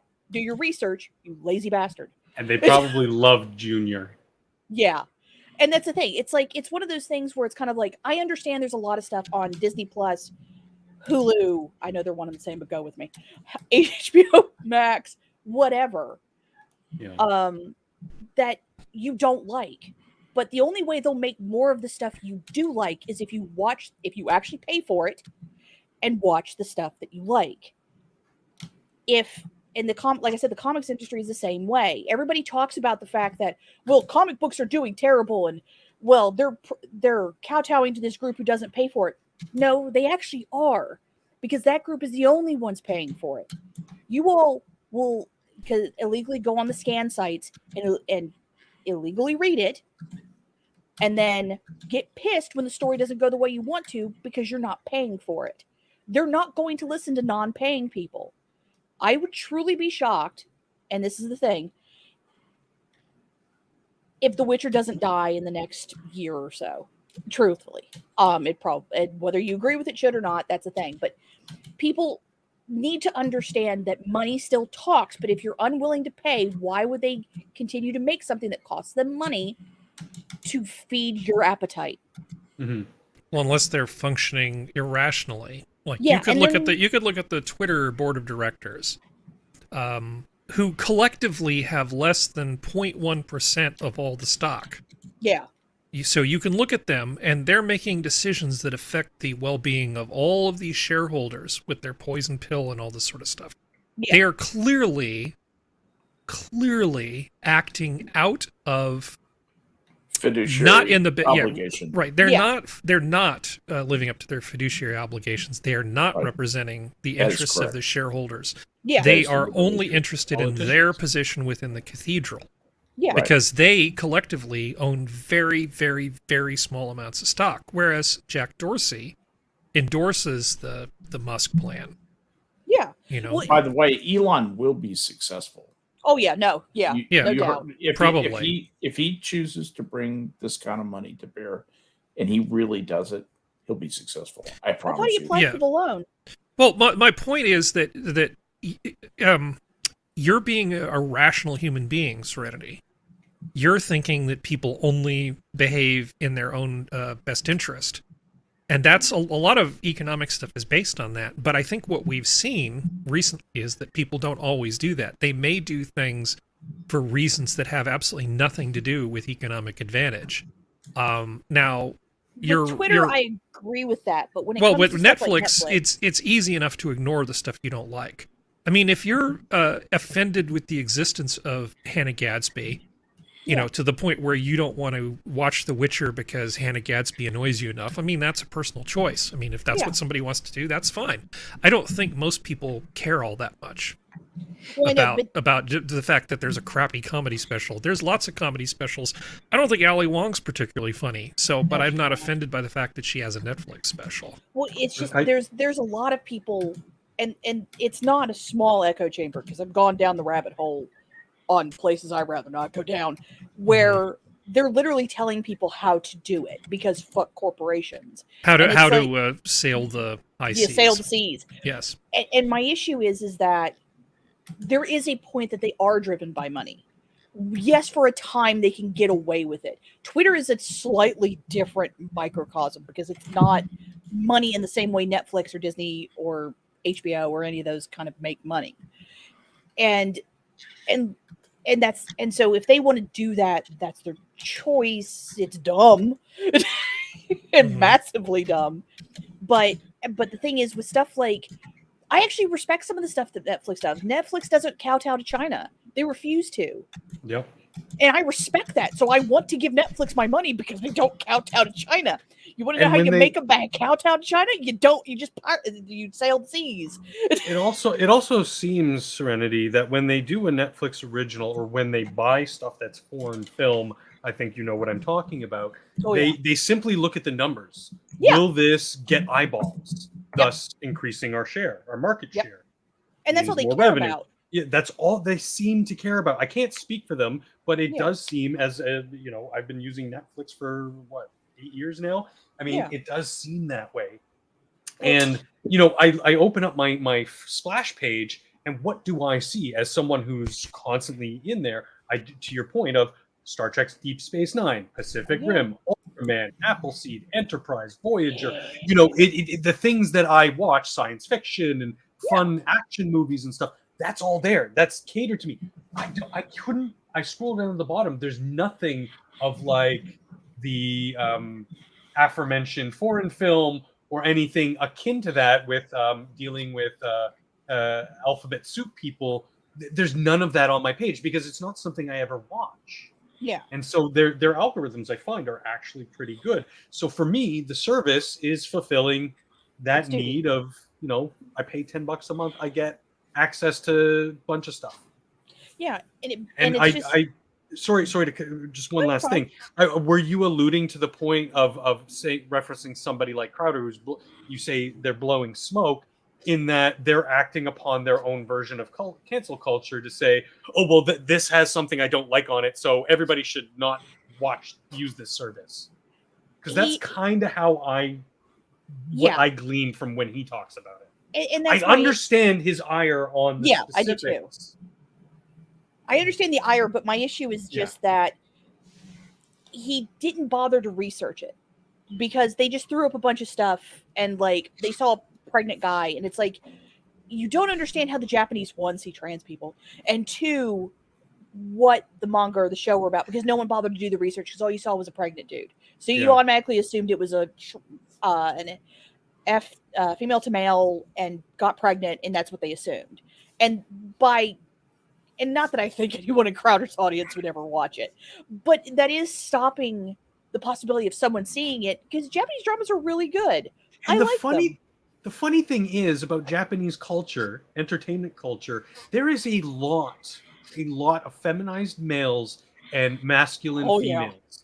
Even to the point, there's a lot of that stuff, and it's been there for a long time. It's not a cultural issue. It's just sort of fantasy, it's a fetish, which then can also, there's obviously the fetish side to it.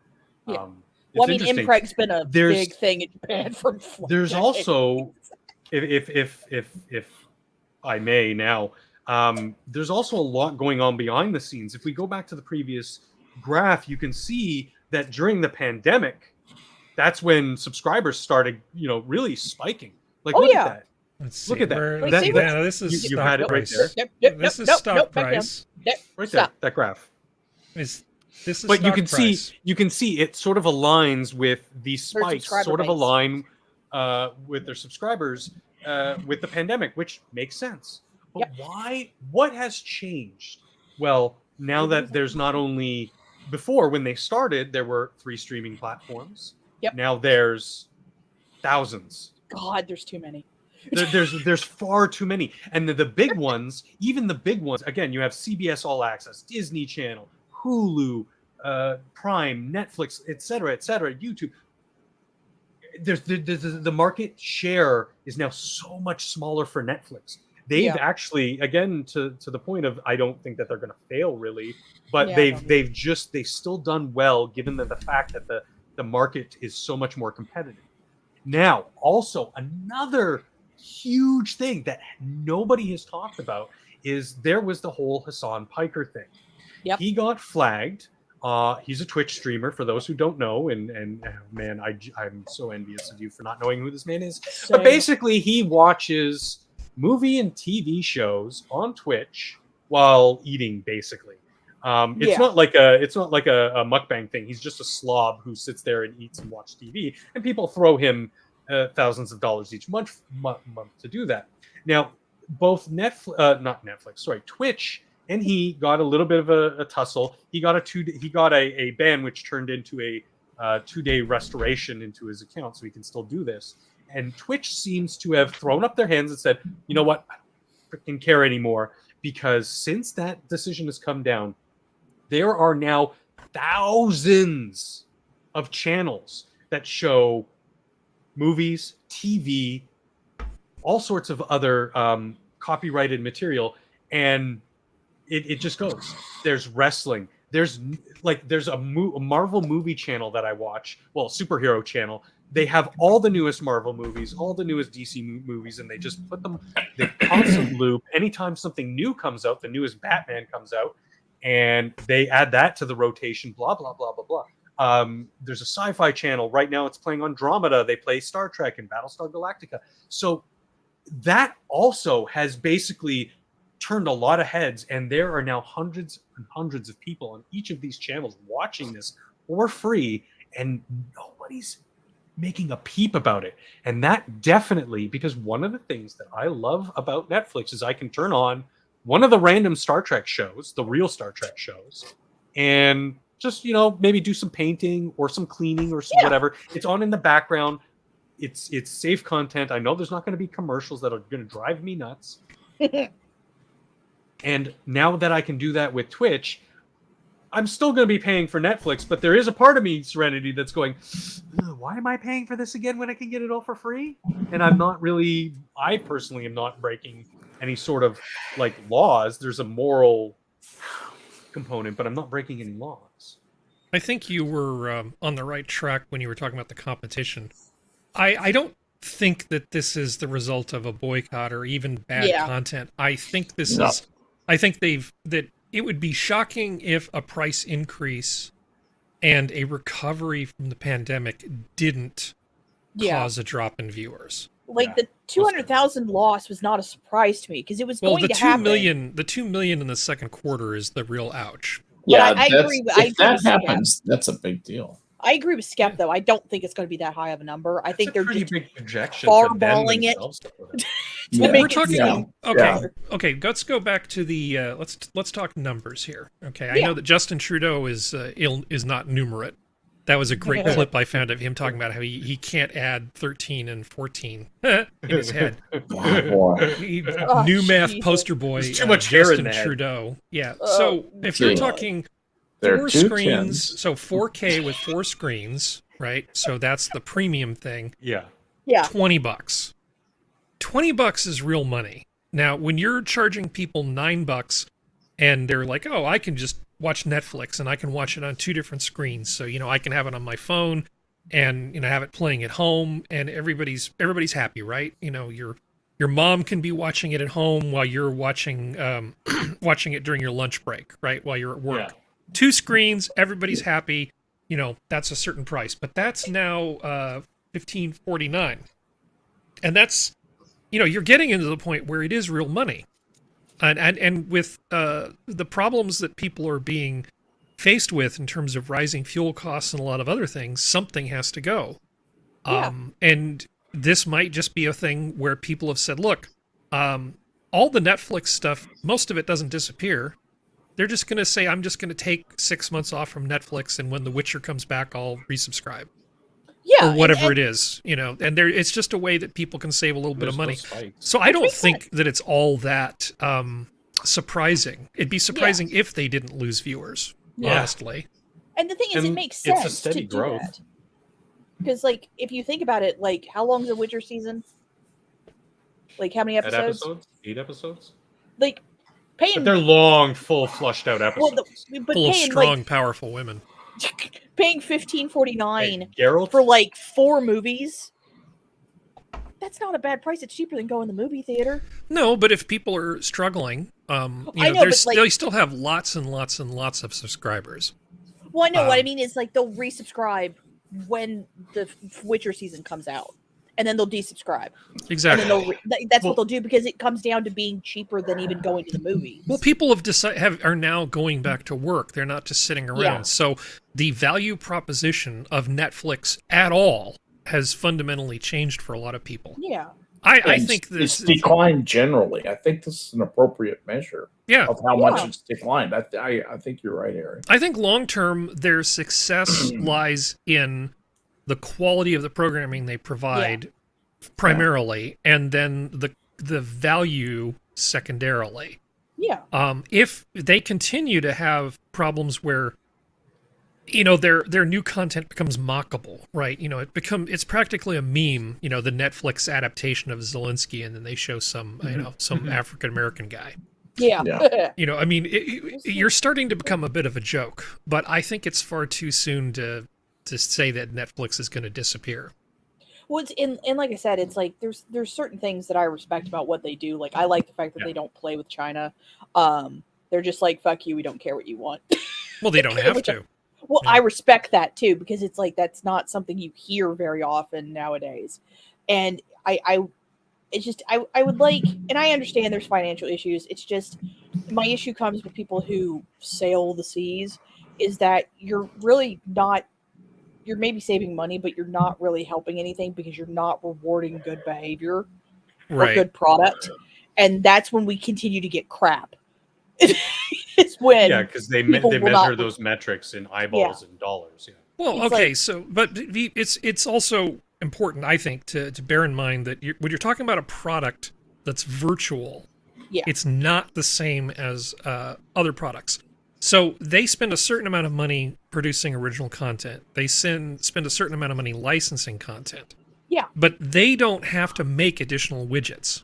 It's really just, as long as they provision enough bandwidth and enough server capacity, the cost of serving additional eyeballs is actually fairly low. So the bad thing for them is that all of this money that they're losing is essentially just profit that's just burned up, right? Well, I mean, they do not have a great percentage of variable costs. They have a high percentage of fixed costs. And that means their marginal costs are relatively low, right? This is just pouring off their bottom line. Yeah, this is just pouring off their bottom line. So they're fixed. Just save anything. their fixed costs are still fixed. Right. Yeah. I don't know. I still believe in rewarding good stuff, though. Like, if rewarding them, like paying someone if I actually like the stuff they put out. I understand what you're saying, but it's like there's no incentive for them to keep making good stuff if there isn't some kind of. Oh no, there is, because that's the market differentiator. Because Functional brought up, they have a lot of competition. So if somebody is only going to buy, say, 1 or 2 streaming services, they want to make sure Netflix is one of them. Yeah. You know, I promise you'll see this too. You'll see where they look back to these days and say people used to pay money to, you know, can you imagine these streaming services actually charge people money to be a part of them? It'll just go back to cable. Streaming services are going to be so competitive with one another that just, you know, landing a single viewer is going to be a big deal. I mean, that's the way this is going. Yeah. Well, I mean, it's just going to go back to the way cable is now. It's just going to reformat it, because cable, like internet providers are going to go, hey, if you pay us, we'll give you a package deal of Netflix, Disney Plus, and HBO Max. How's that sound? Yeah. That's what they'll Yeah. do. And Yeah, it'll go right back I'm down getting with rid it. of Comcast tomorrow. I'm very happy. Well, I The mean, Yay. last Comcast, I don't vestiges of blame you. Comcast can just get Burn and rolled go. over by a gasoline truck and did you taste get its it? own blood. Did you get a T1 just run directly in? I'm actually getting AT&T multi-gigabit fiber installed. I'm getting a 2 Oh, gigabit connection very symmetric nice. installed. Very nice. Badass. Yeah, I Nice. upload a lot of ISO images and VM images. So for me, the huge increase in upload speed is actually going to be really beneficial. As long as we don't have a Yeah. repeat that night where I laughed my butt off ridiculously stupidly when you were having that slow mouse when you were trying to remote in. I laugh. I still laugh. Way That too actually hard. wasn't makes that me wasn't giggle. a that wasn't a network issue per se, but yeah, That was that's still funny. well, it gets into protocols and Yeah, how I was actually latency. getting there. Yeah. Hey, Right. it made me Assassin- giggle. That's all that matters. Assassin of the Gray. It's different though. Like, say you want the basic Netflix package, $9.99, right? Well, they're going to offer you a new package that's $6.99 that will have commercials, but it's now $3 a month cheaper. That's the thing. They're saying they're going to offer a lower priced service, but it will have commercials in it. So for people who don't really It's care, Hulu. or who is it? Hulu? Hulu does that. Yeah, Hulu has- Hulu does that. actually Oh, okay. actually So they're has two following- tiers as well. You Yeah, can pay a okay. little more to not have commercials. I do. Yep. Okay. Because that was one thing I had with Twitch, is that when you paid for Prime, there was a point where you didn't get commercials on Twitch. Yep. Now it doesn't Not matter anymore. if you pay for Prime, you get commercials. Yep. That's something that made me upset, and that I'm canceling Prime for. You know what makes me upset is I keep Uh-oh. imagining if I was a CEO at one of these companies, the idea that a small handful of employees are going to essentially hold me hostage like I'm a dean at a university and they're going to do a sit-in in my office is ridiculous. We've had so many of these stories about like Netflix and the publishing companies, and I mean, over the last couple years, there have been a number of these things where the employees just get all full of themselves and essentially try to say this is the way the company is supposed to work. Mhm. And maybe I'm just kind of a top-down authoritarian when it comes to stuff like this. Like I sort of think, you know, you render unto Caesar that which is Caesar's. You know, you show up for work and you do There's your a chain of job and then you command for get a paid reason. and you go home. The idea that I can just stamp my feet like an angry squirrel and that the CEO is supposed to do my bidding just seems really foreign to me. But maybe it's a generational thing. I go with skunk because Skunk? stamp their feet. They stamp their feet to warn you they're about to spray you. Yeah. Hey, Yeah. Skep, did you ever see the movie Showgirls? No, I did not. Functional, did you ever see the movie Showgirls? You're damn right I did. Okay, do you remember Elizabeth Berkley's not a very good actress? No, I don't remember that. She had these scenes where there'd be some sort of conflict, and then she would make like a little sad face, and then stomp her little feet, and then walk off screen. And this is like a thing that happened repeatedly through that movie. The Yeah. movie's terrible, and she's awful. Awful.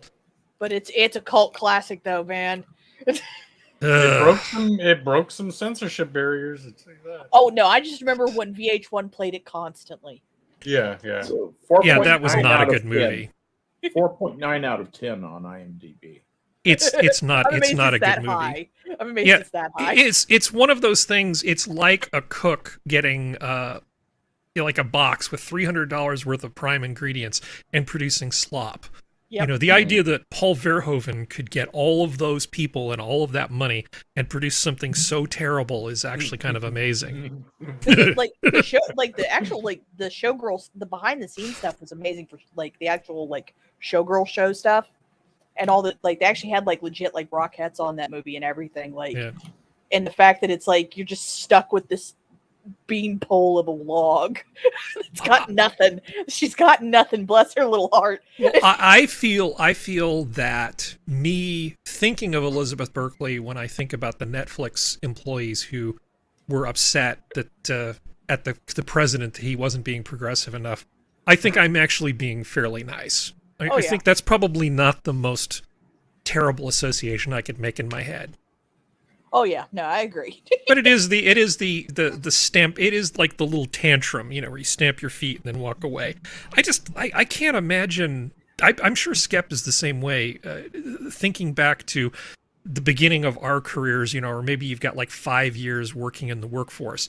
The idea that you would sort of hold a CEO to task for anything. No. Good God. Are you kidding me? That's a career limiting decision, is what that is. Yeah, it absolutely is. It's a way of saying I resign in a spectacular fashion. Yeah. It's like, oh no, 100 out of a huge company. Oh no, like 10 employees are upset at me. Get my fainting salts. Hire him, get 10 more. Well, I'd buy that for $1. let me move on to the next thing. I've been waiting to say that ever since he mentioned Verhoeven. Because RoboCop is one of the best. RoboCop is great. Actually, all the digs that they took at the Pontiac 6000 in that movie was just sheer beauty. Was it? They said they talked about the what is that car? It's the Pontiac 6000 SUX. Yeah, It's like and then he just blows it up. yeah. The Pontiac 6000 in RoboCop is to RoboCop as the Morris Minor. No, which one is it? What was the car that they hated? My family had a Morris Minor. Okay, but there was a car I kid you not. that they particularly hated on Top Gear. They dropped it. It was a French thing, as I recall. Okay, anyway. Yeah. Oh no, it was a Choice De Chevaux. It was a French De Chevaux. I remember that. That's what it Your was. family's It was car or the Top Gear car? The Top Gear car was a French Citroën De Chevaux, which means 2 horses, and it was the workhorse car of Europe long before Volkswagen's Beetle ever was. It served all through World War II, and when I lived over there in the late 50s, early 60s, it was by far the most popular car. By far the most popular. No, we should teach coal miners to make cars and have them build a 3-wheeled one in the case of the Reliant Robin. A car that falls over if you sneeze on it. It's amazing. Speaking of Top Gear, I remember that whole Jeremy Clarkson bit. Are you talking about when he was in the PLP 50 driving through the BBC buildings? No, he actually did the Reliant Robin. Oh yeah, that was great. I love Top Gear. They actually had to push him over like a BBC reporter.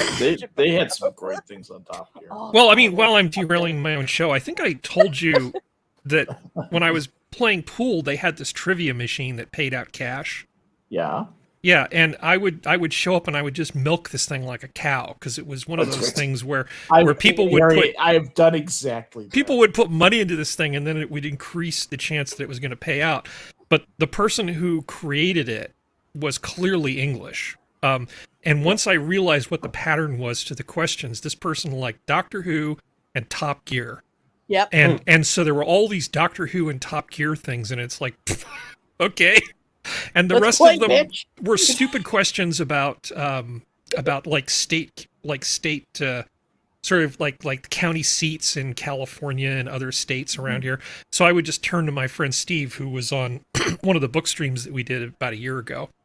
And Steve knows all that stuff off the top of his head. So just me plus call a friend was enough that I could just pull like $20 out of that thing every single night and then buy drinks for people and then go play pool. There you That's go. Nice. Yeah. Very tricking the system. Oh, it was great because it would pay off in these gold $1 coins. So you really get that sense of like you're getting doubloons. Oh yeah, no, I have a bunch of like the old Sacagawea dollar coins. And stuff. Oh yeah, I saved them. I have like I mean the ones that I didn't spend, but I have like a huge bag of them because I like having a big bag of gold coins. Even if there's something fun about it. It's like I could beat somebody to death with this. Yeah, I'm an overgrown child. Okay. North Korean crypto hacks a growing threat, U.S. warns. So the hackers send counterfeit. Okay, so they basically got away with a huge score. They managed to get $620 million in a crypto heist. That was a blockchain thing that they. Except they didn't exploit the blockchain. It's another one of those social engineering things. The hackers sent counterfeit messages a tactic known as spear phishing, in order to Yeah. steal data or install malware on a victim system.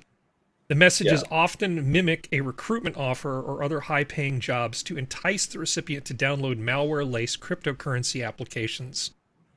They also warned of play-to-earn video games. Last week, the FBI announced that North Korea's Lazarus group of hackers was behind the $620 million heist of digital currency Ethereum Jeez. from the blockchain network used by players of the popular game Axie Infinity. I've never heard of Axie Infinity. Serenity, is Where's this a the thing you've name? ever heard I of? have to make sure you're actually pronouncing it right. Where's the name of the game? Yeah, I know, I suck. AXIE space Oh. Infinity. I think I beta tested that. Hold on, let me make sure. I'm just trying to figure out how popular this thing is.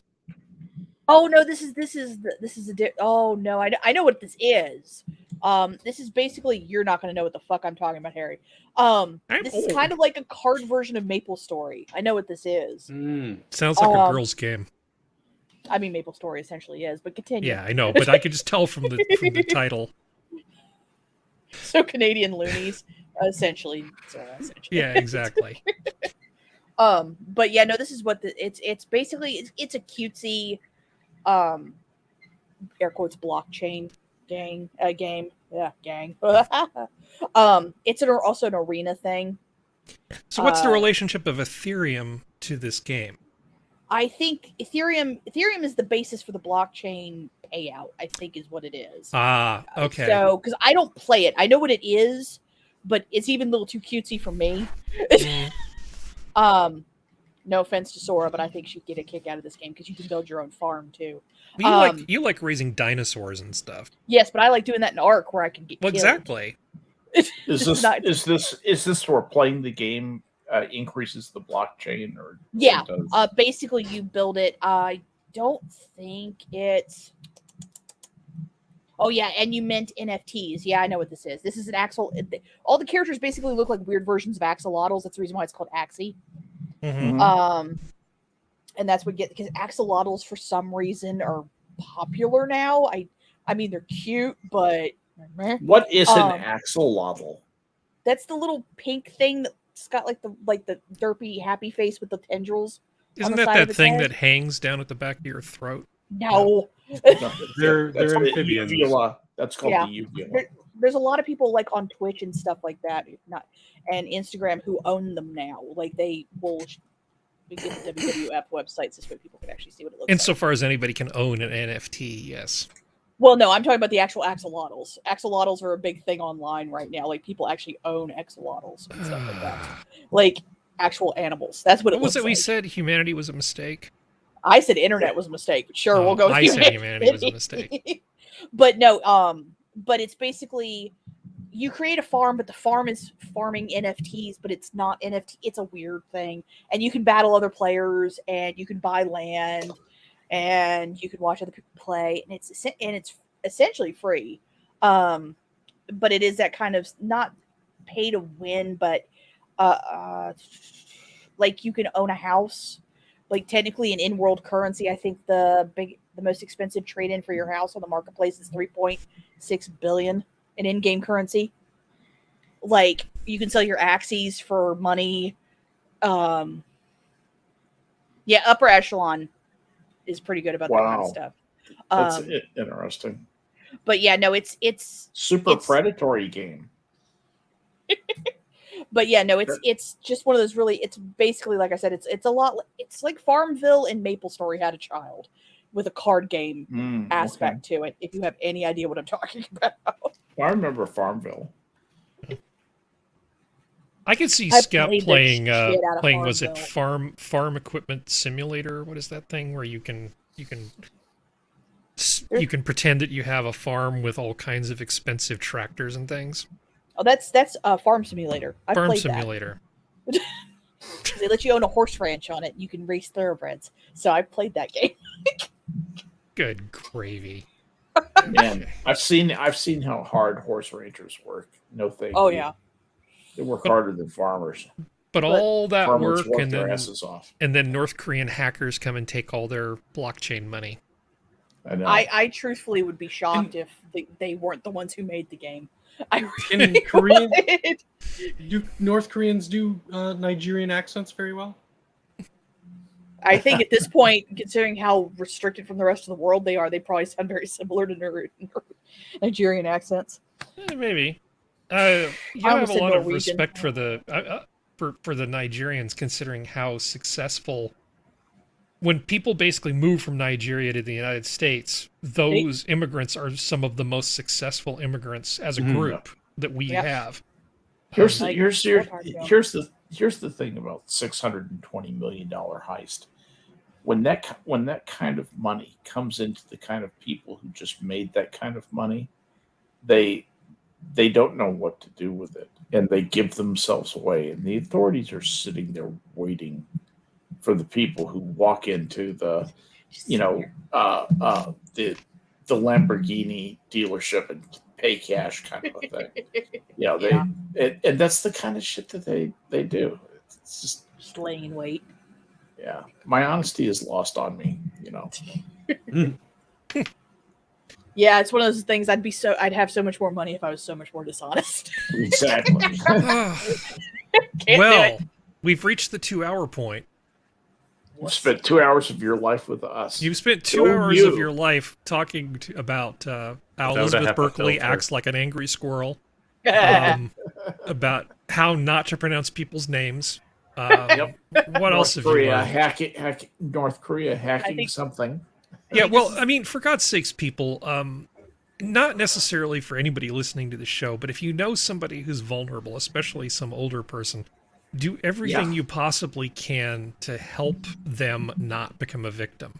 Yeah. Because it doesn't take very long. I mean, other than the fact that Biden's inflation is chewing away at the cumulative earnings of older people. Because 10% inflation doesn't sound like a lot to somebody who can get a salary adjustment, but if it's 10% of everything you've ever saved in your life, it's a big freaking deal. Yeah. So take care of the older people and don't let them become victims of this stuff. And if you just know generally gullible people, there are a lot of resources online where they can learn about spam and spear phishing and all of the different stuff that's out there. So make use of those available resources. The Google machine will provide them to them. Yeah, Does anybody good else internet have health, anything? just like Have good medical health is important. any final thoughts, Functional?